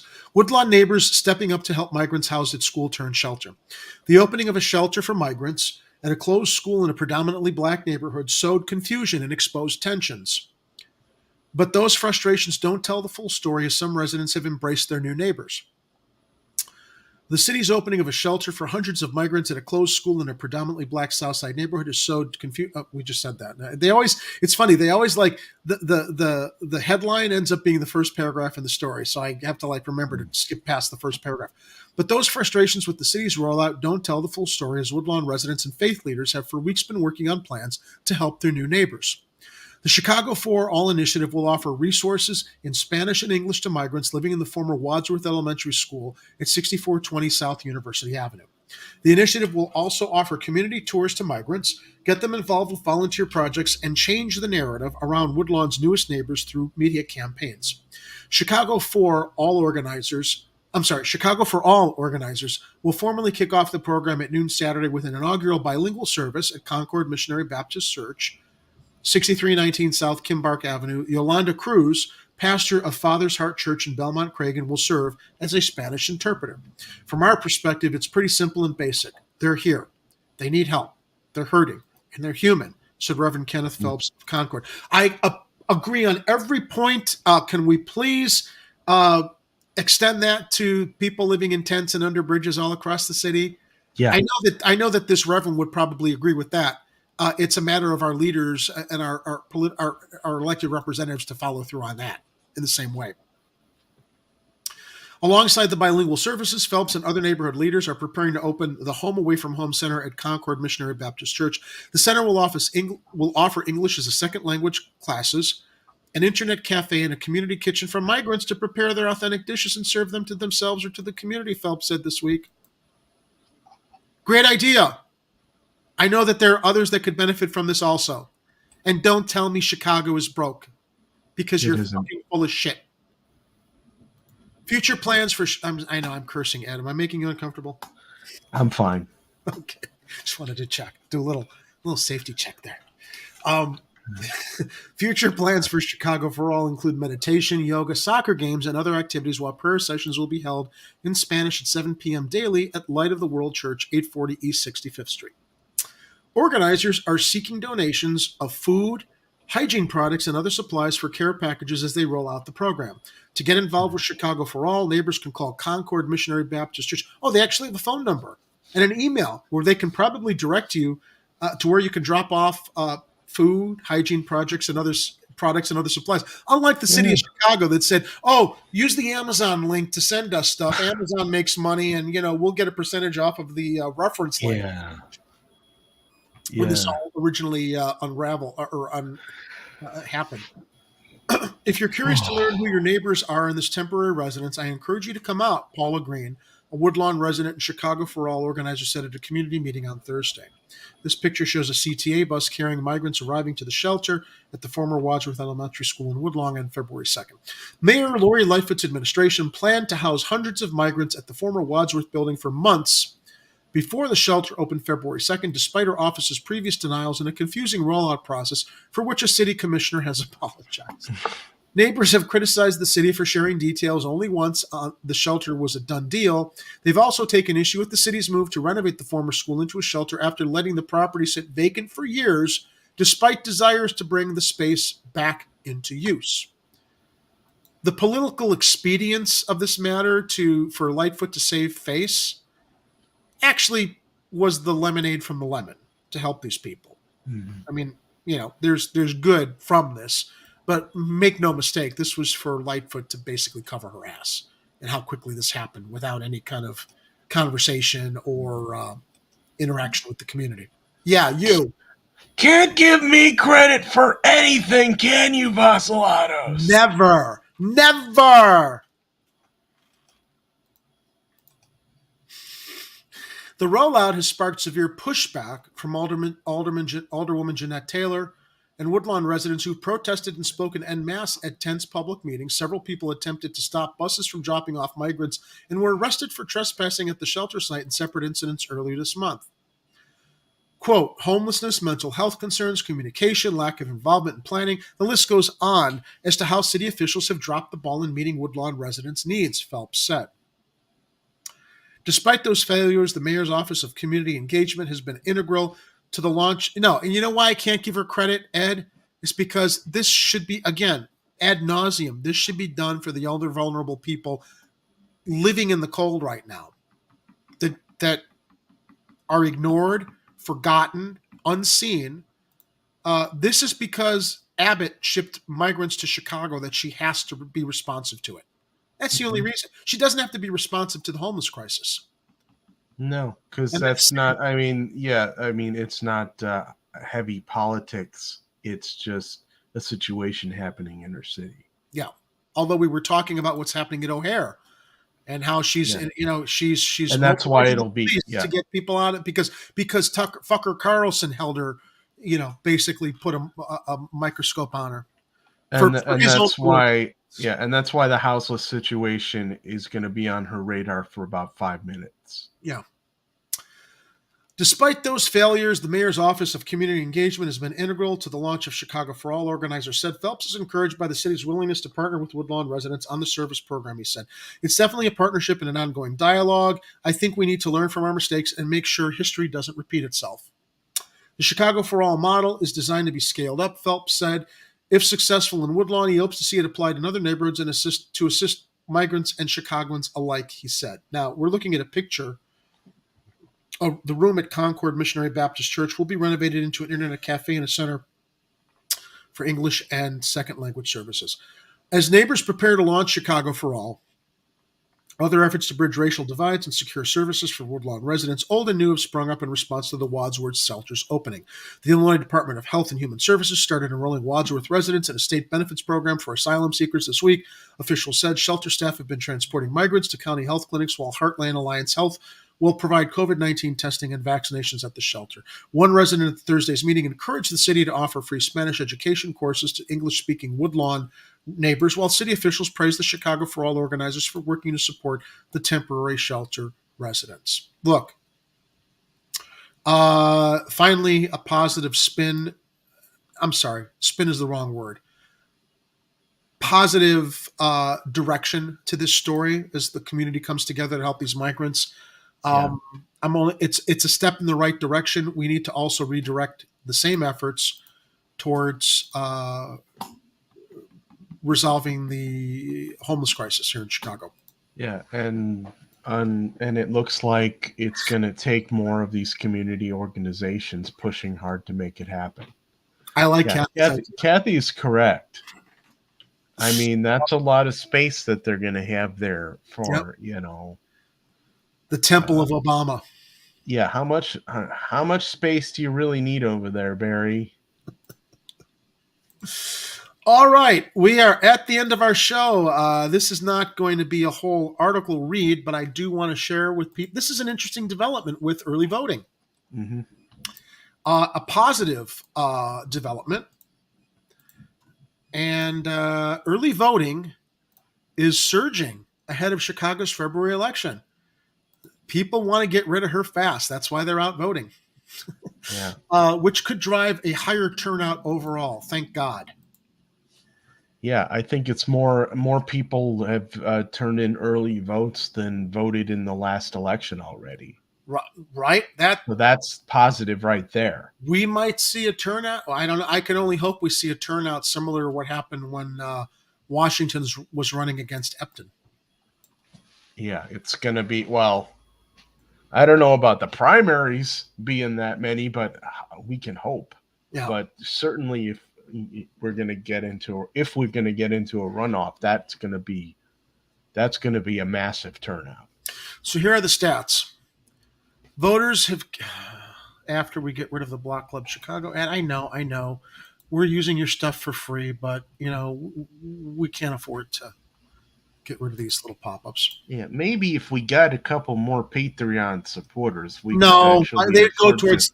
go towards our bills is what they should go towards. Yeah, well, I mean, either way. Voters have cast 85,806 votes as of Thursday night, 28,283 ballots at early voting sites, and 57,523 via vote by mail. That far outpaces other recent city elections, putting Chicago on track for a record-breaking year for early turnout, officials have said. For comparison, on February 14th of 2019, the last time the city was 12 days out from a municipal election, there had been 18,789 early votes and 7,409 vote by mail ballots cast. Wow. Let me go over the new numbers. Now, 28,283 as opposed to the 2019 18,789 and 57,523 via vote by mail as opposed to the 2019 stat of 7,409.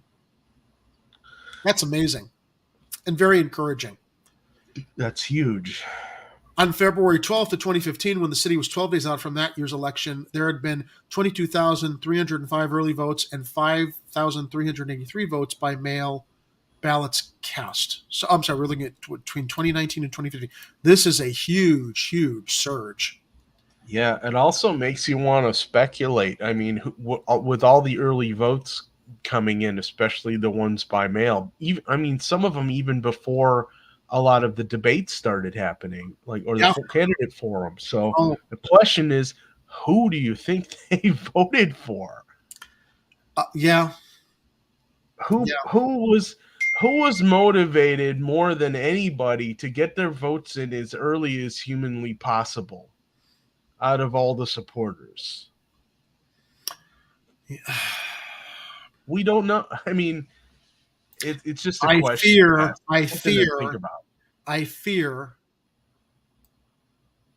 although I hope. Oh, yeah. Well. And I know. Ed hopes. Where is he? Where is he here?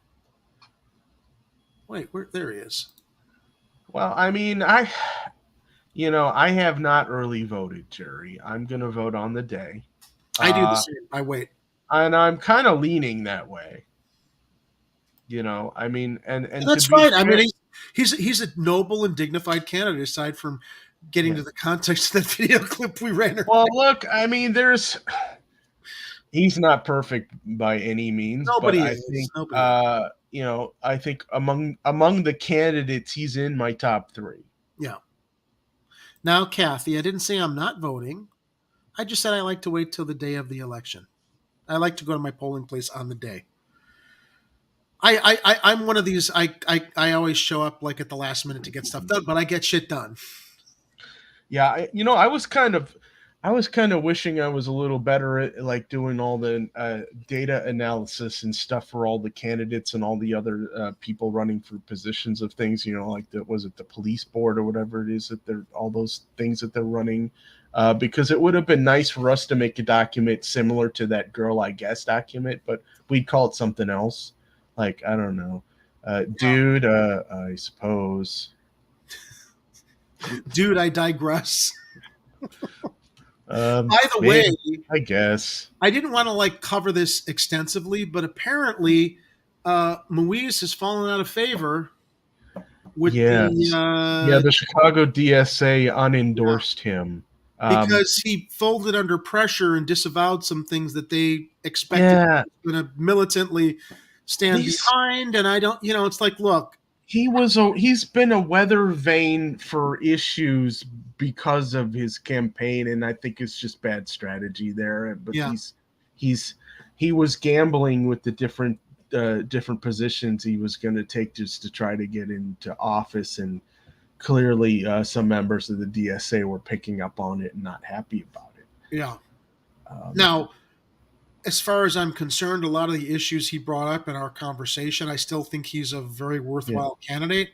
Yeah. As much as I also have said, I've never had any major complaints with Silverstein in my ward, except for the fact she tried to feather her own nest with that library deal that was affiliated with some of her own business interests. That was a really, really bad judgment call on her part, given all the other things that she'd done in the ward. And I think that if she was willing to try to do that, and the fact that she is acting as a rubber stamp for Lightfoot on a lot of issues, as she changed the direction of the ward when she ran against Bernie Stone, I think back in the 1980s, maybe it's time for a new change here, new direction. I don't know. Time will tell. The North Center Library. Thanks, Kathy. Yeah. Yeah, I don't know if I should even bring this up, but Kathy is asking, BDS, what does that have to do with Chicago? Well, I mean, it's just identity politics. Wait, what is? I'm losing track. Moise previously took a position of supporting boycott, divest, and sanctions for the state of Israel, which is basically, I mean, anybody should be allowed to boycott anything. That's your First Amendment right here. Sure. And the truth is that it's valid. It's a valid form of protest. Yeah. If you don't like what they're doing in that country with the obvious apartheid and the Palestinians, the oppression of the Palestinians, then I think he was fine on that. The problem is he backtracked on that, and I guess members of the Chicago DSA did not like that because they must support that. So it's just one of those things where if you're running in the city of Chicago, or really any city where you have a large population of Jewish people, you're gambling as to whether you take a position like that when you're running for office, because Silverstein took full advantage. Clearly was intimating anti-Semitism because of his. Yeah, where it's not. That's not a position of anti-Semitism at all. It's a political position against oppression. Yep, and there's a difference. But unfortunately, some candidates like Silverstein, because of her background, are going to that's a weakness that she can exploit and run with it. And that's as much of a dirty tactic as what we were talking about earlier with, what was Jamal thinking with that video clip of Brandon, although we still don't know the context that preceded and followed his comment. Yeah. So aside from his questionable tactics in campaigning, I still think Moise is a better candidate. Yeah. Than Silverstein. That's all it is. You can make your own judgments if he's in your ward and he's an option for you. Yep. So anyway, linked in the show notes below, you can read more about it's going on almost 11:20, 11:30. I think this is our first 4-hour show outside of a live stream that we've done. Yeah. This is probably the longest. This is probably the longest show. Yeah. Lot to cover. And I'm actually, proud of myself because I got up at 6:30 this morning with like 3 hours of sleep. And I think that probably this didn't hurt. Well, Jerry, as long as we're doing the longest show, we might as well provide a really important update if you don't mind. Please.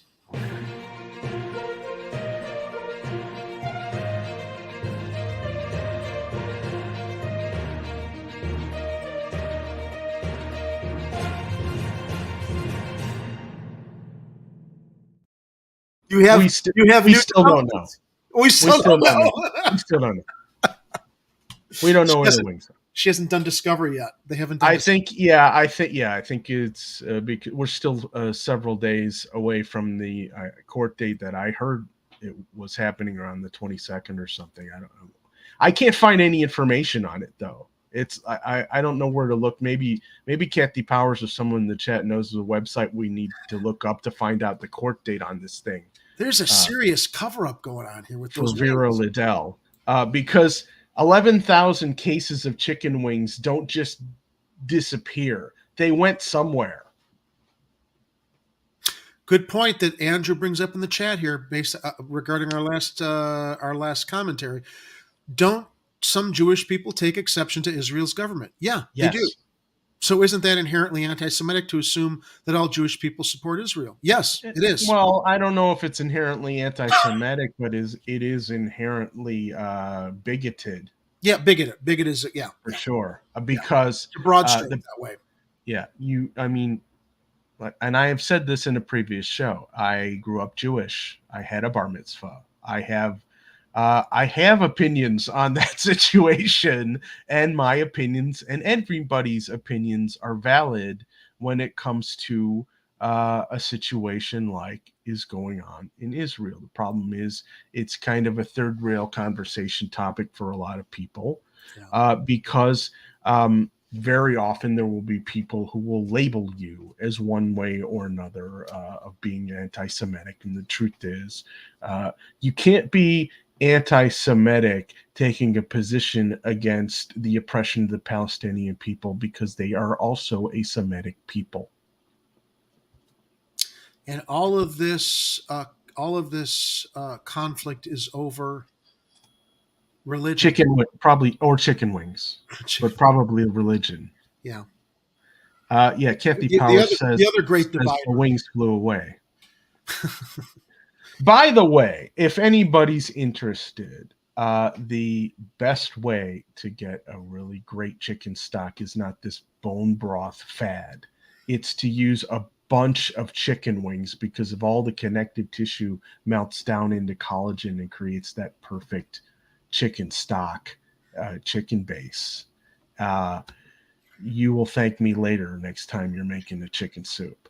You know what I made last night? I finally made myself cook chicken rosa marina.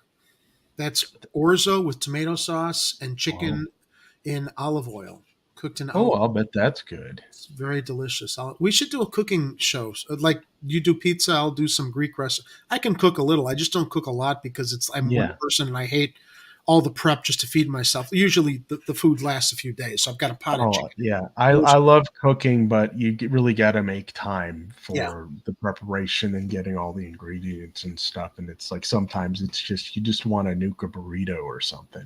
You just don't have the time. And keep your cats off the counter while you're cooking. Yeah. Although I do sometimes, just grab whatever's in the fridge and fry it up in a pan really quick, and it ends up turning into some miracle food.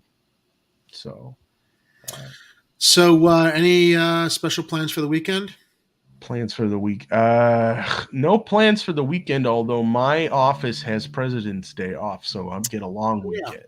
Yeah, a lot of places are closed. It's my nephew Nico's birthday tomorrow. We're going to go celebrate with the family. My nephew Nico is the video maker in the family. He loves TikTok. He's always showing me the videos he puts on TikTok. So I think Nico is going to be following in his uncle's footsteps as a media professional someday, perhaps. I've already offered to, give him advice and stuff and help him out with his video projects. Dominic shares at the end here, the question not answered is when were the chicken wings lost? Certainly not in one day. So there should be a trail of paperwork to file. Yeah, that's what we've been speculating on for the past 3 weeks now. Well, my guess is what they basically did is every time they got a shipment of wings in, they trucked it off to whoever they were selling to, and it was probably a cash under the table type situation. So, and it could have been any number of restaurants, including any of the 6 Heralds in the vicinity. Do we know where the chicken wings cooked, or they were raw? No, the food service, what they do is they ship them either refrigerated or frozen. Okay, so that makes sense then. Your speculation, you wouldn't sell cooked chicken wings to Harold's. You'd sell. No. Okay, that actually carries a lot of weight then. But again, we have to find out. I mean, we need what the discovery. You're correct. I guess the discovery part of the law, where they figure out, okay, where did those wings go, and hopefully they'll get her to answer, because if she doesn't tell them, we'll never know, unless they can track down the whereabouts or the movements of the delivery van that they used. And yeah, it is possible they used a matter transporter, in which case we'll never find them. Well, want to wish my nephew Nico happy birthday as I see him tomorrow. I'll show him the end of this show. I'm sure he'll get a kick out of it. Also, once again, extending our condolences to Kit and his family for the loss of his grandfather. Ed, thank you for hanging in this long. We went long tonight. That's what she said. But it was a good show with a lot of stories to cover. And I also want to thank everyone in our live chat for sticking with us, all 8 of you. And I'm sure that transitioned between a lot of different people throughout the past 4 hours. So, Ed, thank you. I will catch you in the after in StreamYard. Have a good weekend. Yep. To everyone else out there in the live chat, I want to thank you for joining us tonight. We will be back Tuesday. As you go into the weekend, as always, please stay safe, watch out for each other, be vigilant, take care of each other, and remembering if it's happening on the streets, you'll hear about it here on Chicago Corner. These are the voyages of the Starship Chicago Corner. Its ongoing mission to seek out new candidates with solutions and good ideas. Sabotage. To sabotage.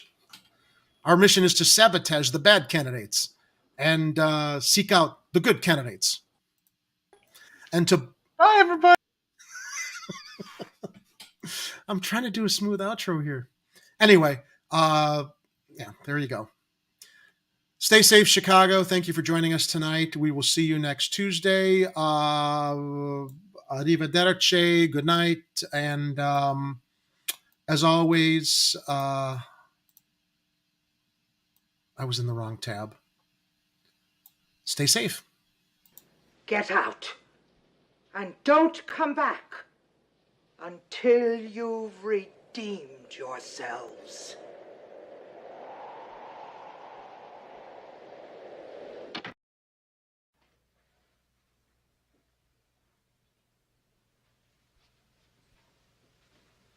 You still here? It's over. Go home.